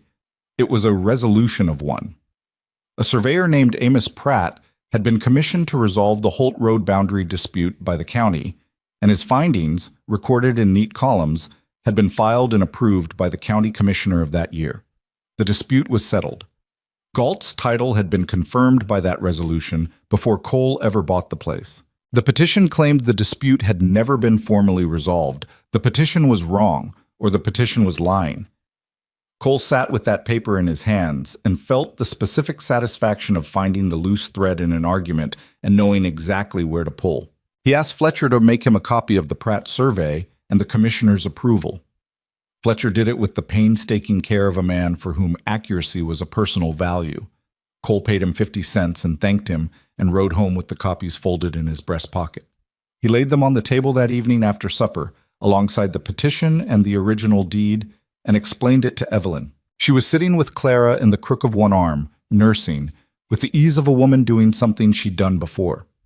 Rose was at the table with them, drawing on a piece of brown paper with a stick of charcoal Cole had found in the barn. She'd discovered she liked drawing and did it with the same concentrated silence she brought to everything. Evelyn listened to Cole with her full attention. When he finished, she looked at the papers. The survey resolution was filed 12 years before Gideon's petition claims the dispute was unresolved, she said. Yes. He would have known that was there. He would have had to know it was there. You don't file a petition like this without researching the records. Either he knew and gambled that I didn't, or... Cole paused. Or someone told him the record could be made to disappear. She looked up from the papers. Fletcher. I don't think Fletcher. He's not that kind of man, and the record was right where it should have been, filed properly. Cole thought about it. But there are other people who move through that office, and Reeves has connections. Could the record be removed before the hearing? That's what I've been sitting here thinking about, Cole said. Which is why tomorrow morning I'm writing to Billings. She looked at him. That's 3 days. 2.5 if I push it. Cole. She shifted Clara slightly. You'd leave us here. Pitts will come over, he said. I'll ask him tonight. He's got 2 sons and they're both capable men. They'll stay on the property. He paused. And the rifle is where it always is. She was quiet for a moment. He could see her running through it, the logic, the risk on both sides of the equation. What's in Billings? She said. Calloway, he said. The lawyer who helped James file the deed, and the Billings County office where the original registration is. I want certified copies of everything James filed. The deed, the inheritance clause, the water right. I want them in my hand, stamped and official, before this goes to a hearing. He looked at her steadily. And I want Calloway to know there's a case, because if this goes in front of Reeves, I want a lawyer who knows the underlying documents and isn't beholden to anyone in this county. You saw it? No, son. She absorbed this. Clara had fallen asleep against her, the way newborns do, suddenly and completely, like a lamp switched off. Evelyn looked at her for a moment and then back at Cole. What about the Pratt survey? She said. The resolution in Fletcher's files. I'm going to ask Fletcher to make a second copy tomorrow morning before I leave. One for me to take to Billings, one that stays with you in the lockbox. If someone tries to move that record before the hearing, they'll find it's already been certified and copied. He paused. Hard to make something disappear when 3 offices have copies of it. She was quiet. Evelyn, he said, this is the thread. This is how we beat him. Not with rifles, not by waiting him out. We beat him with his own lying. She looked at the petition on the table and at the Pratt survey beside it, and the expression on her face was the one she got when she'd run through a problem completely and come out the other side. Go, she said. Go to Billings. He left the next morning before light. Aldous Pitts came over with his 2 sons, as promised, and they settled in without ceremony. The elder son, Will, was 22 and had a quiet, watchful quality that Cole found reassuring. The younger, named Tom, was 18 and talked too much, but he could handle himself and he was good with the animals, which Rose approved of. She'd established this approval by following him to the barn on his first morning and watching him work with the expression of a very small, very serious inspector. Cole said goodbye to Evelyn at the door in the dark. Be careful, she said. It was plain, no decoration on it. I will be. He hesitated. There was something he wanted to say that he hadn't figured out the right shape for yet. He'd been carrying it around for a few weeks, the way you carry a stone in your pocket, aware of the weight without yet being ready to put it down. He settled for, "Don't open the door to anyone you don't know." "Cole," she said, with a flatness that said she was aware this was not what he'd been about to say. "I know." He rode out in the dark. The road to Billings in December was not a pleasant experience. The snow from Clara's birth night had packed down to ice on the northern stretches, and the wind had ideas about itself that made the open sections miserable. Cole rode Pete and led the gray, switching between them every few hours to spare their legs, and camped 2 nights on the road in cold that turned his breath to a visible cloud and kept him awake past what was useful. He got to Billings on the afternoon of the 3rd day, stiff and cold and badly in need of coffee. The Billings County office was nothing like Fletcher's small operation in Dry Creek. It was a proper building on a proper street, with a staff of 4 and a filing system that went back to territorial days.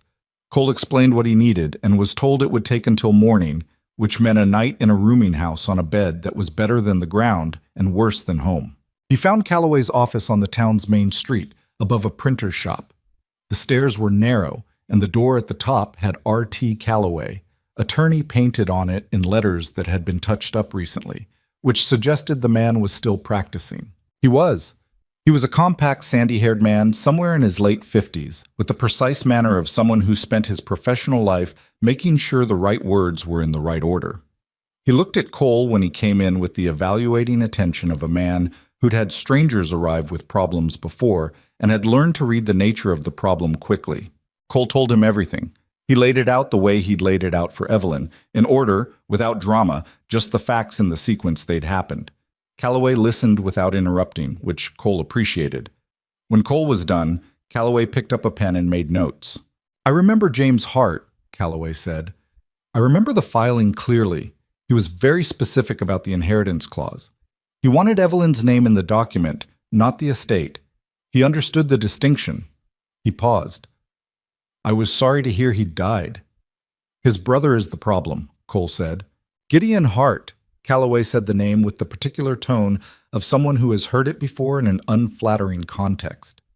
"I've heard the name in connection with some land matters in that county. He has a relationship with Reeves that goes back several years." "How bad is that relationship, realistically?" Calloway looked at him over his notes. "Reeves will not manufacture a ruling out of nothing. He's not that kind of corrupt. He's the kind that shades things, interprets generously in the direction of whoever he favors. But if you have solid documentation and a coherent argument, he can't simply ignore it. It would expose him." He paused. "The question is whether Gideon's petition has enough substance to give Reeves room to work with. The petition claims the boundary dispute was never resolved. I have the 1872 Pratt survey showing it was." Calloway wrote something. "That's significant. If the petition knowingly misrepresents the record, that's not just a weak case. That's an act of bad faith that a judge has to either acknowledge or become complicit in." He looked up. "Even Reeves has limits. So what do I need to walk into that hearing with? Certified copies of the Pratt survey, the commissioner's approval, your original deed, the Billings registration of the Hart property, because I expect he'll try to fold both properties into the same challenge. And my testimony, if you want it." He said this matter-of-factly, not as a favor. "I want it. My fee is $15 for preparation and $20 for the day of the hearing." Cole had $30 in his lockbox at home. "Done," he said. He picked up the certified copies from the county office the next morning, added them to the copies he'd already had Fletcher make, and started home. He pushed harder on the return, slept less, rode longer. He was back at the ranch in 2 days. The property looked the same as he'd left it. Will Pitts was splitting wood in the yard when Cole rode in. Tom was somewhere in the barn. Cole put the horses up and came inside and found Evelyn in the kitchen with Clara in a cloth sling across her front, stirring something on the stove. She turned when he came in. She looked at him, at his face first, reading it, and then at the saddlebag in his hand. "Did you get it?" she said. "All of it," he said. "Calloway's coming to the hearing." She let out a breath that had been held for 5 days. "When's the hearing?" "Reeves set it for the 17th. That's 9 days. She turned back to the stove. "Sit down," she said. "You look terrible."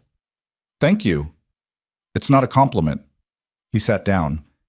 Clara made a small sound from inside the sling, and Evelyn reached up and adjusted her without looking, and the movement was so unconscious and sure that Cole watched it for a second before he looked away. Rose appeared from the hallway.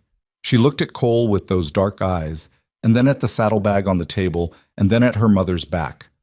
"He's back," Evelyn said to the stove. "And it went well." Rose looked at Cole. He nodded. She considered this for a moment and then went and sat at the table across from him, drawing her charcoal and brown paper toward her, and began to draw something with the focused attention she brought to it. He looked at what she'd drawn on the previous page. It was the ranch. Recognizable. In the way a child's drawing is recognizable when the child has been looking at something long enough to understand its shape. The house, the barn, the corral fence, 2 horses, and 4 small figures standing in the yard, which he looked at for a while before he looked away.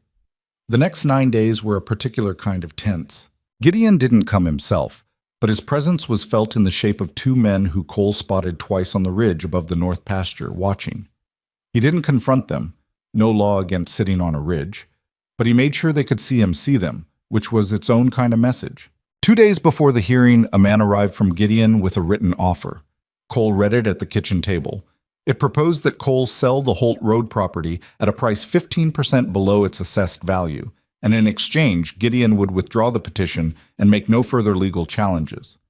Cole turned the paper over and wrote on the back, "No." He gave it back to the man and closed the door.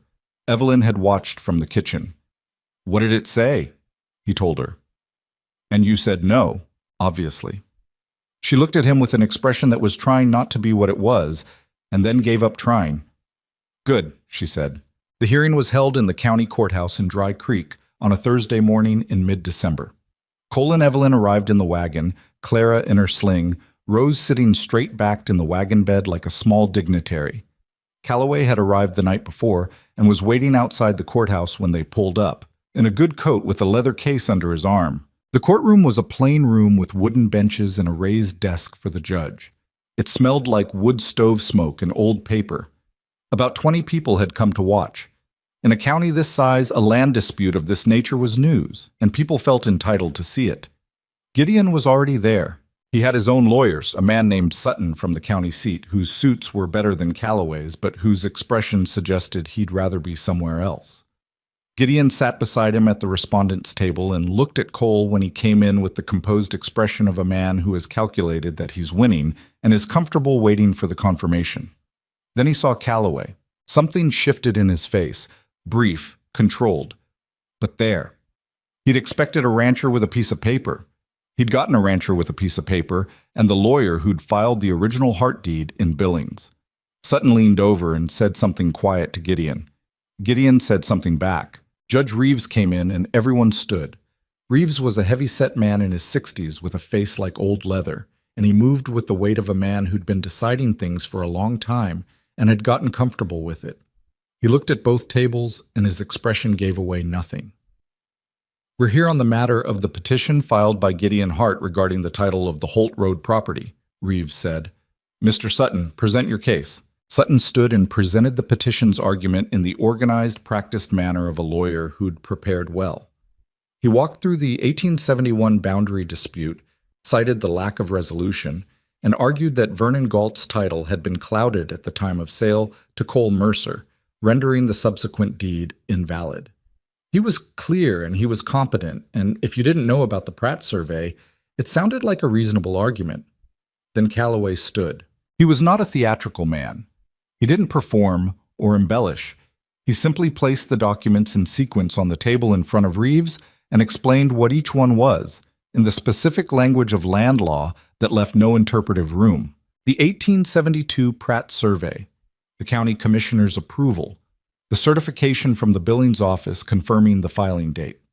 The original Mercer deed purchased 4 years after the dispute resolution, and the Hart property registration in Billings, with the inheritance clause naming Evelyn specifically, which was relevant because, as Calloway explained in careful, deliberate language, any attempt to challenge the Hart deed would also need to address this registration, which predated Gideon's claim by 18 months and had been filed with full legal counsel. Reeves looked at the Pratt survey for a long time.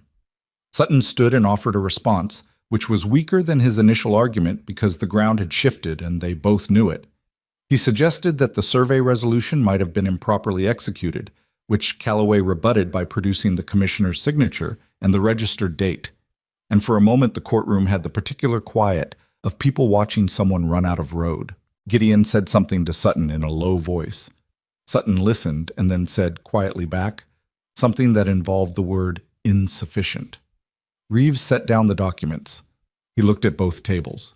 The petition claims the 1871 boundary dispute was never formally resolved, he said. The record indicates otherwise. The Pratt Survey of 1872, filed and approved by the county commissioner of that year, constitutes a formal resolution of that dispute and confirms the title chain that led to Mr. Mercer's purchase in 1876. He paused. I find no basis in the petition's central claim. The deed stands. He said it plainly, without elaboration, in the manner of a man who has seen that the facts won't go the way someone wanted and has chosen, this time, to let the facts be what they are. Sutton gathered his papers. Gideon sat very still. Cole sat at the table across the room and looked at the surface of the wood in front of him and breathed. Calloway put his hand briefly on Cole's shoulder, a professional gesture, contained, and began gathering his own documents. Evelyn, sitting in the bench directly behind Cole, leaned forward. She didn't say anything. She just put her hand on his shoulder for a moment and then sat back. Clara, in her sling, slept through the whole thing. The room began to move. People stood and began to talk in the low voices that follow a verdict, parsing what they'd seen. Sutton spoke briefly to Reeves about the formal dismissal of the petition. Calloway was making notes. Cole turned around in his chair and looked at Evelyn. She looked back at him. Her face had the expression she got when something had resolved. Not elation, nothing so clean as that. Just the look of someone whose long, careful hold on a terrible tension has finally been allowed to ease. It's done, he said. Almost, she said. She was right. He turned back to the front of the room because Gideon was still there, and a man like Gideon doesn't conclude until he concludes himself. Gideon had stood up. He was looking at Cole across the room with the expression of someone who has run out of the moves he prepared and is now in a space he hadn't planned for. His lawyer was gathering papers and not looking at him. Cole stood up. They looked at each other across the courtroom with the noise of people leaving around them and the stove ticking in the corner and the winter light coming through the high windows. Cole crossed the room. He stopped a few feet from Gideon, close enough to speak quietly, and he looked at the man who had burned his barn and filed false claims and sent riders to watch his land and tried to dismantle everything by degrees. She's not an inheritance, Cole said. She never was. She was a person your brother loved and provided for, and he made sure she'd be taken care of after he was gone. You mistook that for property. He paused. And you spent the better part of a year making her life hard because you couldn't tell the difference. Gideon looked at him. Something moved in his face. The complicated, unreadable thing that Cole had seen the first day, that day on the porch. Up close, it resolved into something recognizable. Not love, whatever it had been had curdled past that long ago, but grief. The grief of a man who wanted something specific from the world and had been told repeatedly by the world that he could not have it, and who had never learned to sit with that. She needed protecting, Gideon said, quieter than Cole expected. She needed to be left alone, Cole said. Those are not the same thing. They never were. Gideon didn't respond to that. He looked past Cole for a moment, at Evelyn sitting with Clara in the bench, and then he looked back at Cole. Whatever that look cost him, Cole didn't have the capacity to feel sorry about it, but he saw it. The land case is done, Cole said. The petition is dismissed. My wife's property is hers and has been since James filed it. That's all the law and that's all the fact. He paused. Whatever else you feel about this situation is yours to carry, but carry it somewhere else. Gideon stood in the courtroom and looked at him for a long moment. The room was mostly empty now. Sutton had already left. The bailiff was adding wood to the stove in the corner with the complete disinterest of a man who had seen many conclusions and had opinions about none of them. You don't know what she was like before all this, Gideon said finally.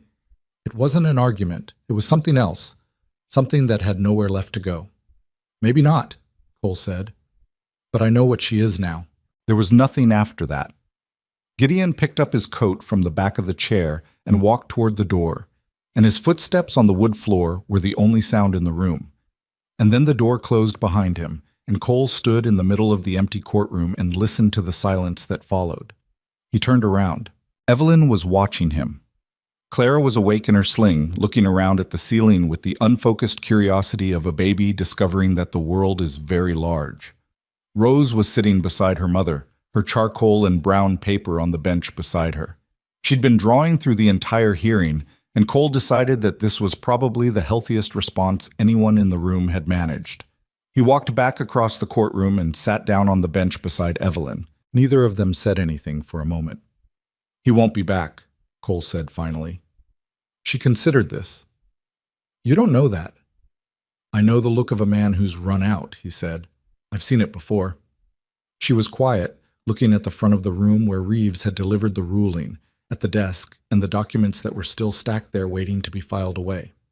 "It's strange," she said. "What is?" "I've been afraid of this for so long, of him, of what he'd do next, that I don't quite know what to do with it being over." She paused. "It doesn't feel like I thought it would." "How did you think it would feel?" She thought about that honestly. "Bigger," she said.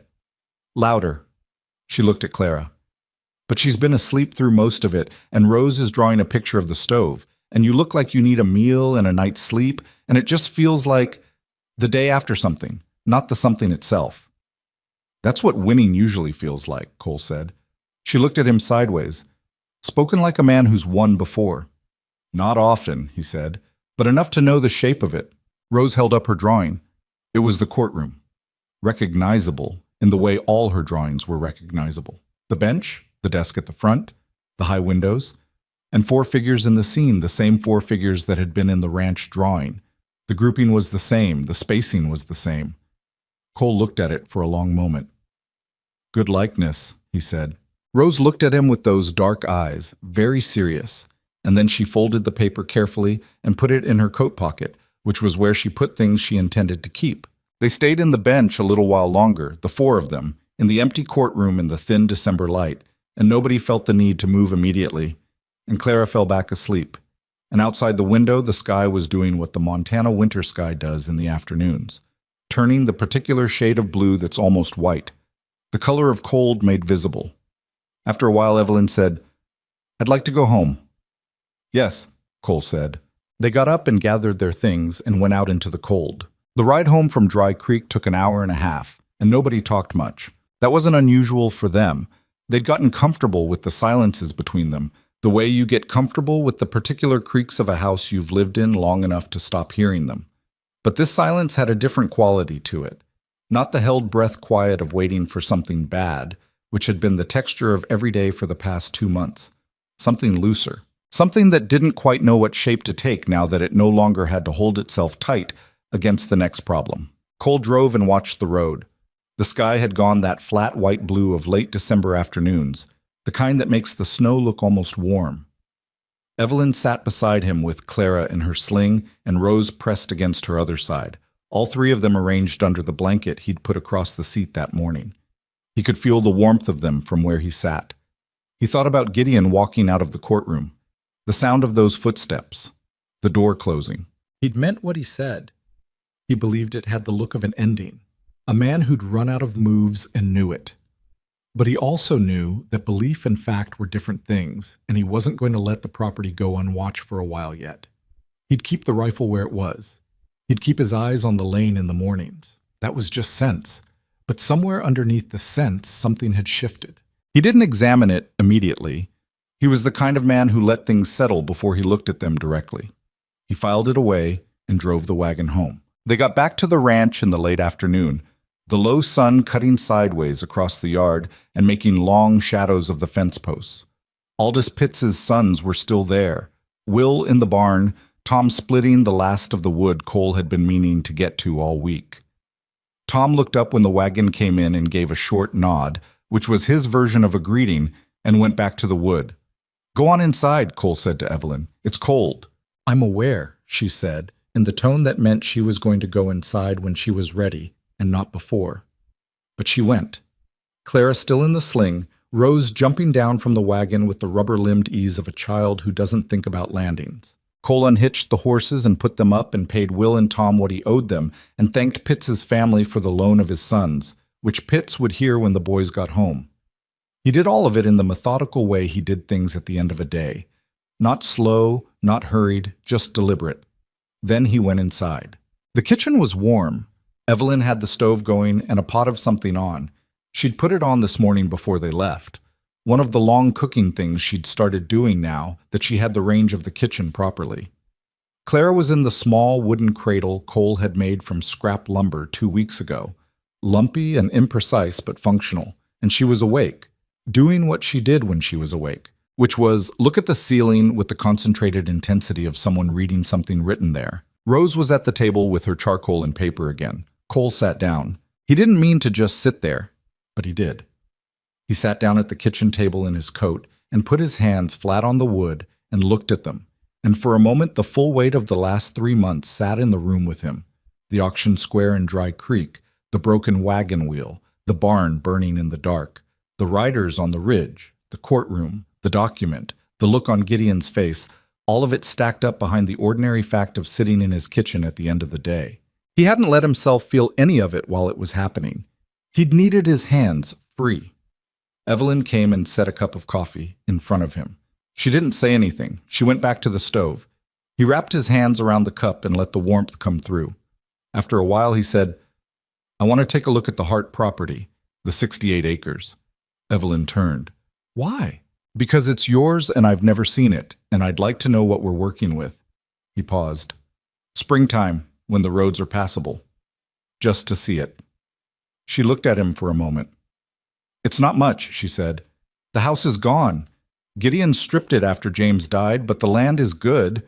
The water right on the eastern creek is worth something." "I know it is." "Cole." She came and sat down across from him.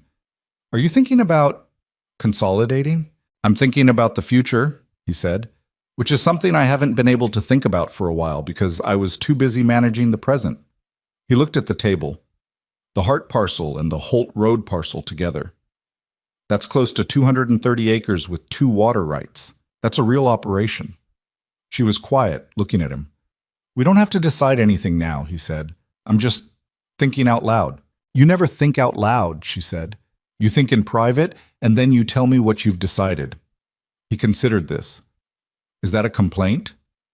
"It's an observation." She paused. "I'm thinking out loud too.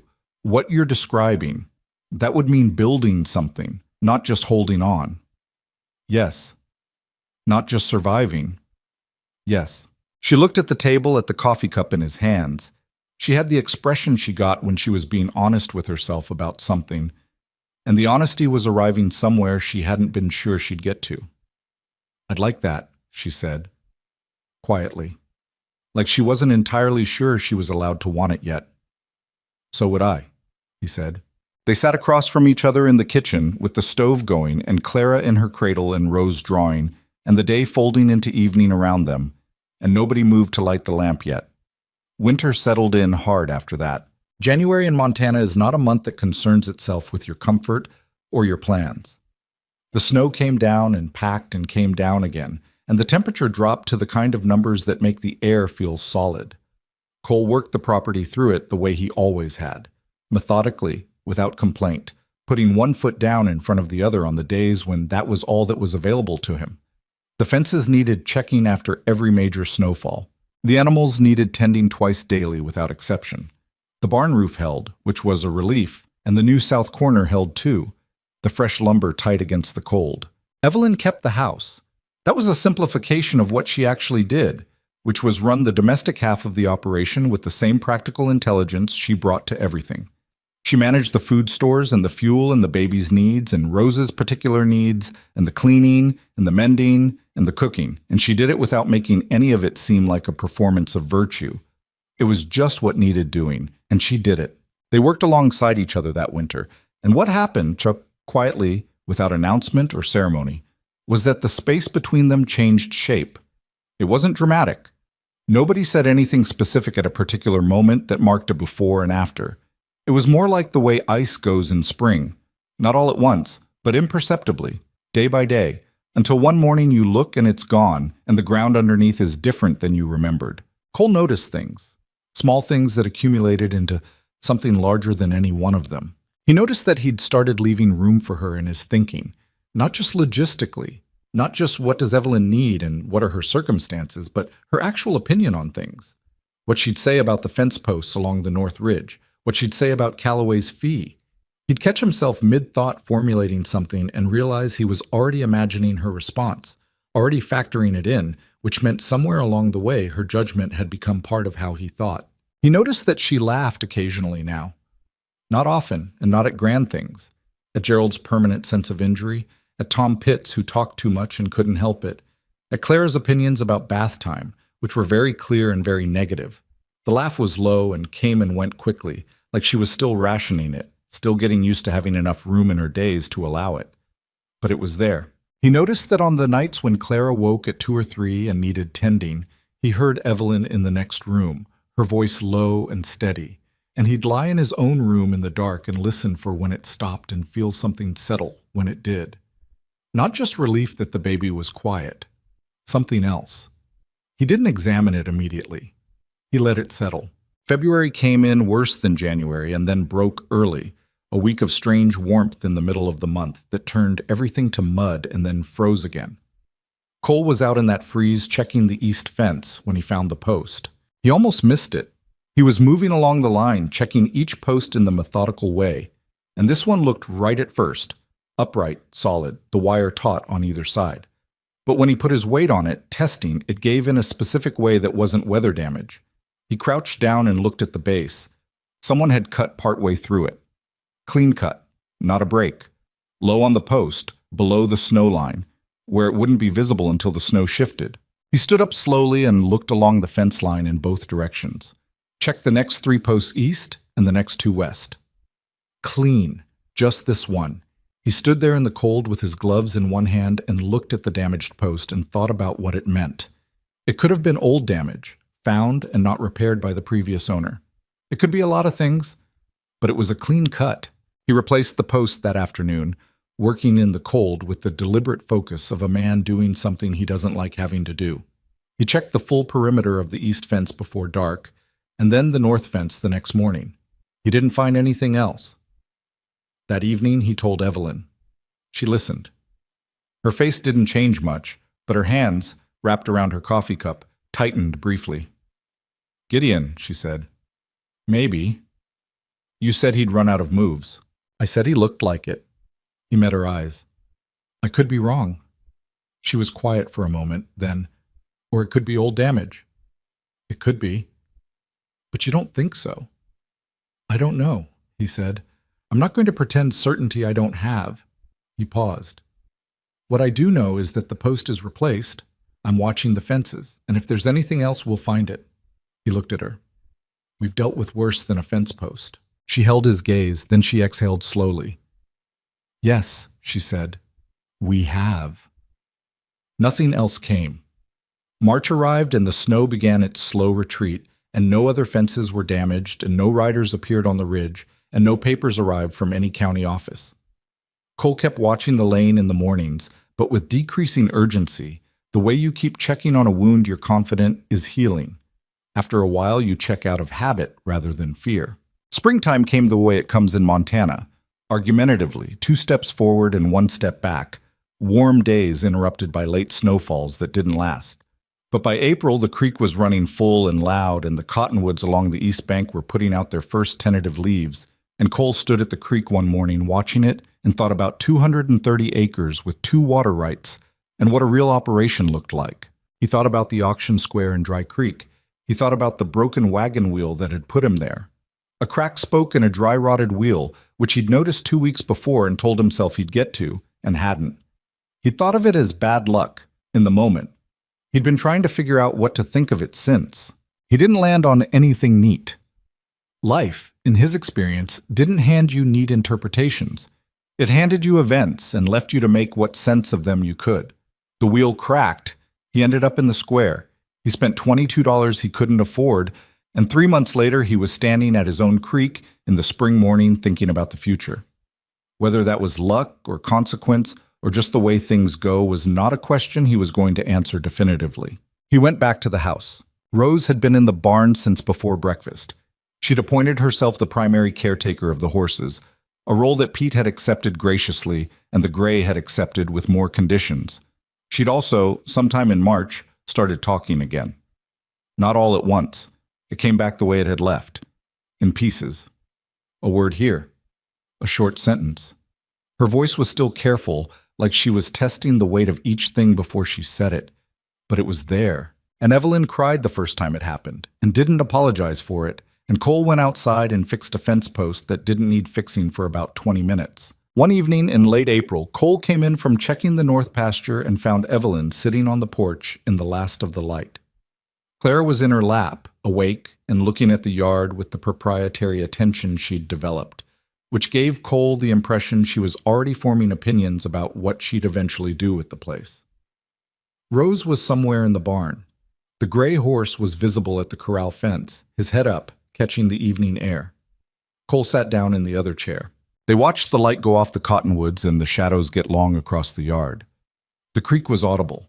Somewhere on the eastern ridge, a bird was making an announcement about something. After a while, Evelyn said, "I want to tell you something." "All right." She looked at Clara in her lap, at the baby's round face turned up toward the fading sky. "When you bid at the auction, when you said 22, I was watching your face." Cole looked at her. "I didn't know you," she said. "I had no idea what you were. I'd seen men do things from worse motives than they let on. James was good, but I'd seen enough to know that good men were the exception and not the rule." She paused. "I was watching your face for, I don't know, the angle on it, the calculation." "What did you see?" "Nothing," she said. "I mean that literally. There was nothing to read. You just did it." She looked at him now. "I didn't know what to do with that. I'd been afraid of men who wanted something from me, and then I met one who apparently didn't, and that was somehow harder to trust." He didn't say anything. He was listening. "I've been thinking about why you did it," she said. "That morning, why you went up to the platform and opened your wallet for two strangers. I've thought about it too," he said. "And?" He looked out at the yard. The gray was still at the fence. He'd never named the horse. It had started to feel like a thing he'd left undone for too long to fix. He'd been thinking about that lately. "I don't have a clean answer," he said. "I'd like to say it was purely decent impulse. Maybe it was, but I'd been alone a long time and I was tired of it. And something in that square, the way people were laughing, it made me angry enough to do something about it." He paused. "So there's the decent part and there's the angry part. They both went in." She looked at him for a moment. "That's a more honest answer than I expected." "I try." "I know you do." She shifted Clara in her lap. "I want to tell you something else, and I want to say it plainly because that's the only way I know how to do it." "Go ahead." "What we started as, what this was when we got married in Webb's office in Heron, that's not what it is anymore." She said it simply, not as a romantic declaration, not as something she'd been building to dramatically, just as a statement of fact she'd arrived at and was now reporting. "I don't know exactly when it changed. I think it changed slowly enough that I missed the moment, but I know what it is now." Cole looked at her. "I love this place," she said. "I love what we're building here, and I love—" She stopped, took a breath. "I love you. That's what I want to say plainly." The bird on the ridge had gone quiet. The creek kept going. Cole sat in his chair and looked at the woman across from him, who had stood on an auction platform with her chin up and her daughter at her side and not looked away, who had wrapped his burned arm in the kitchen after he ran into a fire, who had given him the small, serious nod in a courtroom doorway that meant she was choosing to stay, who had said, "I'm not collapsing into this," with a clarity he'd thought about more than once since. And he felt the thing he'd been filing away all winter arrive at the front of his chest, where he couldn't ignore it anymore. "I know," he said. "I know you do." He paused. "And I've been trying to figure out how to say the same thing without it coming out like something from a dime novel." She made the sound, the almost laugh, the precursor.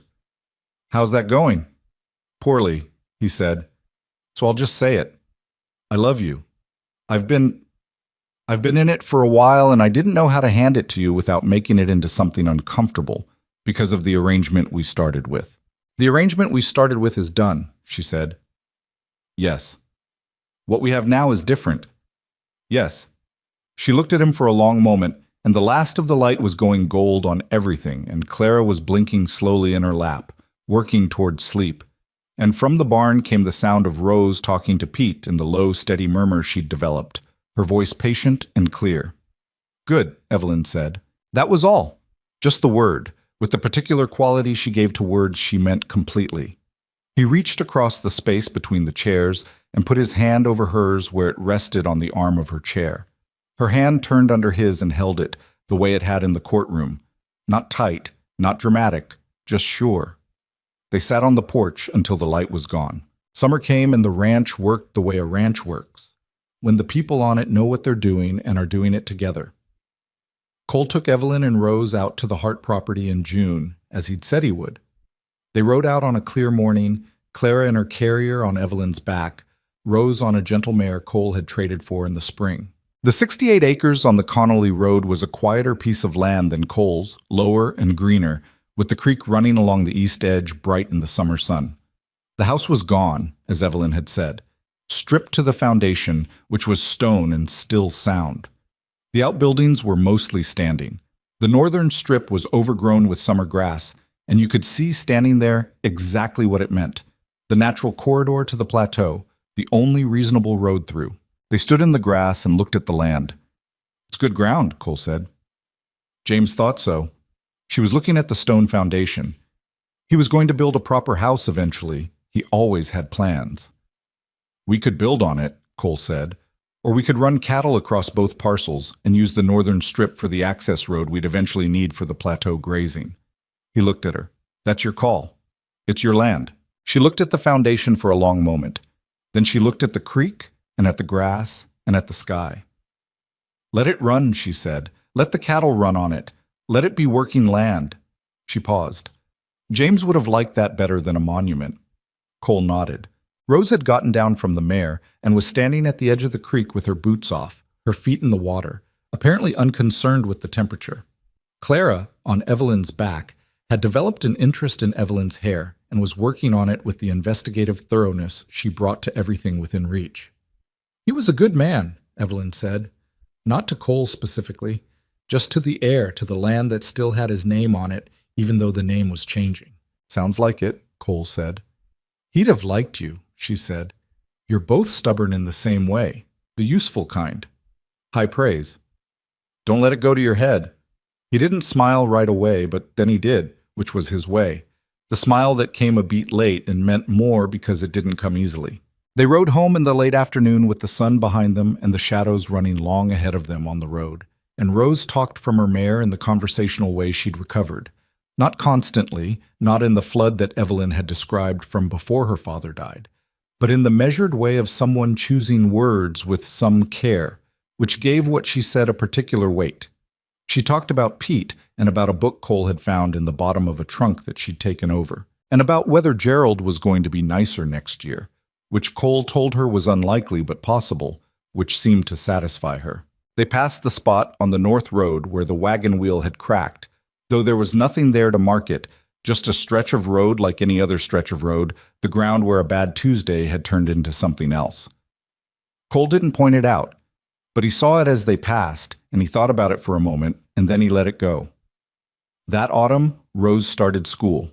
There was a schoolhouse in Heron, 2 days a week, run by a woman named Mrs. Aldridge, who had strong opinions about reading and arithmetic and relatively few opinions about anything else, which Cole considered ideal.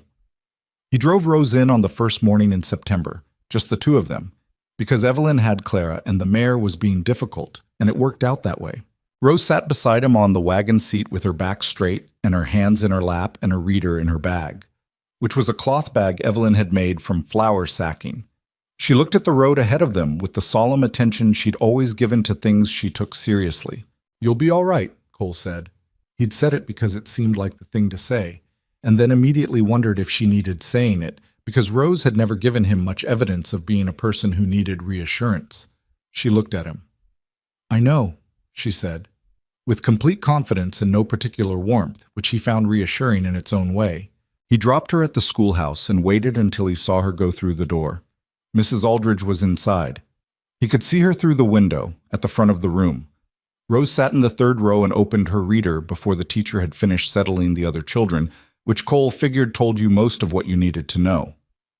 He drove home. Evelyn was in the yard when he got back, hanging washing in the October wind. Clara was in the grass nearby, sitting up with the broad-based stability of a baby who had recently discovered she could sit without falling and was extremely pleased about this. Cole came across the yard and picked up the end of the sheet Evelyn was fighting with, which kept going at her in the wind, and held it while she pinned it. "How was she?" Evelyn asked. "Fine," he said. "Better than fine. She sat down and opened her book before the class started." Evelyn's face did the thing it did when Rose surprised her, which was less and less often now. Of course she did. She reached for another pin. She's been waiting for school since she found out it existed. "She's going to be trouble for that teacher," Cole said. "She's going to be wonderful for that teacher," Evelyn said, in the tone that meant the matter was closed. They finished the washing in the wind, the two of them working together the way they'd worked through that winter, without instruction or ceremony, just each picking up the other end of what needed doing. Clara, in the grass, had developed an interest in a particular patch of dirt and was investigating it with both hands. She was, Cole thought, already a different kind of person than Rose. Louder, more immediately physical, more interested in the texture of the world than its shape. She'd be trouble in a different way than Rose. He was already looking forward to it. He thought sometimes about the auction square, about the 40 people who had watched two human beings offered up like unwanted furniture and found it no more notable than a grain sale. He didn't have a clean feeling about it. He'd never been a person who could wrap his anger in philosophy and make it tidy. The anger was still there, at the back of things, but it wasn't useful to carry on the surface. What he'd come to understand, slowly, over the year, in the way he came to understand things, was that choice is the thing, not circumstance, not luck, not fate, not the accident of a dry-rotted wheel. The wheel cracked, and he could have left the wagon, gotten a new one next week, gone on about his day. 1,000 other men would have. He hadn't. And Evelyn had chosen, on a platform in front of 40 people who'd written her off, to keep her eyes open and her head up and let herself be seen. And Rose had chosen, in a burned barn in the dark, to sit in the dirt next to a man she'd known for 3 weeks and lean against his arm. All of those choices could have gone differently. Most of them could have gone worse. But they hadn't. He didn't call that luck. He didn't have a better word for it. He just called it how it went, and he was grateful for it in the way he was grateful for things he'd learned not to take for granted. The creek running clear, the fence holding through a hard winter, the horses healthy, the roof sound, the things that could fail and had not. One evening in late November, a year and a handful of weeks from the day the wagon wheel cracked, Cole and Evelyn sat on the porch in the cold. This was a thing they'd started doing in the fall, bundled against the weather, just sitting outside in the last of the light before dark.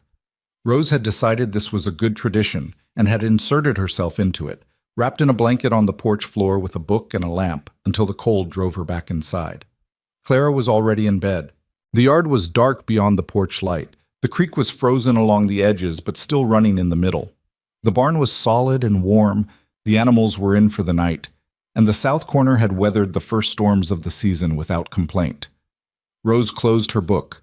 She looked out at the dark yard for a moment, and then she looked up at Cole. "Papa," she said. She'd started saying it in October. The first time she'd said it, she'd been asking him to pass something at the table and said it without apparent intention or weight, just as the word she'd arrived at, and then looked at him after she'd said it with the expression of someone who has chosen a word and is checking whether it fits. He'd said yes, and passed what she'd asked for, and they'd both let it settle. Now she said it the same way she said everything, directly, with the particular weight of someone who didn't use words without meaning them. "What?" Cole said. "Is Gerald going to be nicer next year?" Cole considered this seriously. "No," he said. "I don't think Gerald is capable of change at this point in his life." Rose absorbed this. "That's sad." "It is a little." "Maybe if we got him a companion," she said. "A companion," Cole said. "For Gerald. Another goat. So he has something of his own." Cole looked at Evelyn. Evelyn was looking at the yard with an expression that meant she was not going to help him with this. "I'll think about it," he said, which was the answer you gave when you meant to eventually agree, but needed to arrive there at your own pace. Rose seemed satisfied. She picked up her book again. After a while, she went inside, the screen door closing behind her with the particular sound it always made. The sound Cole had heard every evening for a year now, the sound of the house receiving people back into itself. Evelyn leaned her shoulder against his. He put his arm around her and she settled against him, and they sat in the cold on the porch of the house they'd built together from a legal arrangement and a broken wagon wheel and a year of refusing to stop, and looked out at the dark land that was theirs. "Gerald's going to be insufferable if we get him a companion," Cole said. Evelyn said. "He'll think his methods have been validated." "They have been, somewhat." "That's a dangerous precedent." She turned her face up to look at him, and in the porch light her expression had all the things in it that he'd learned to read over the course of a year. The sharpness and the patience and the humor that came and went so fast you could miss it if you weren't watching. "Cole," she said. "What?" "Get the goat." He looked at her. She looked back at him. "All right," he said.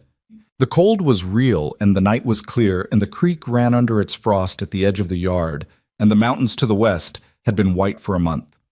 Inside the house, Rose was already back in her book. Clara slept in her cradle in the room at the back.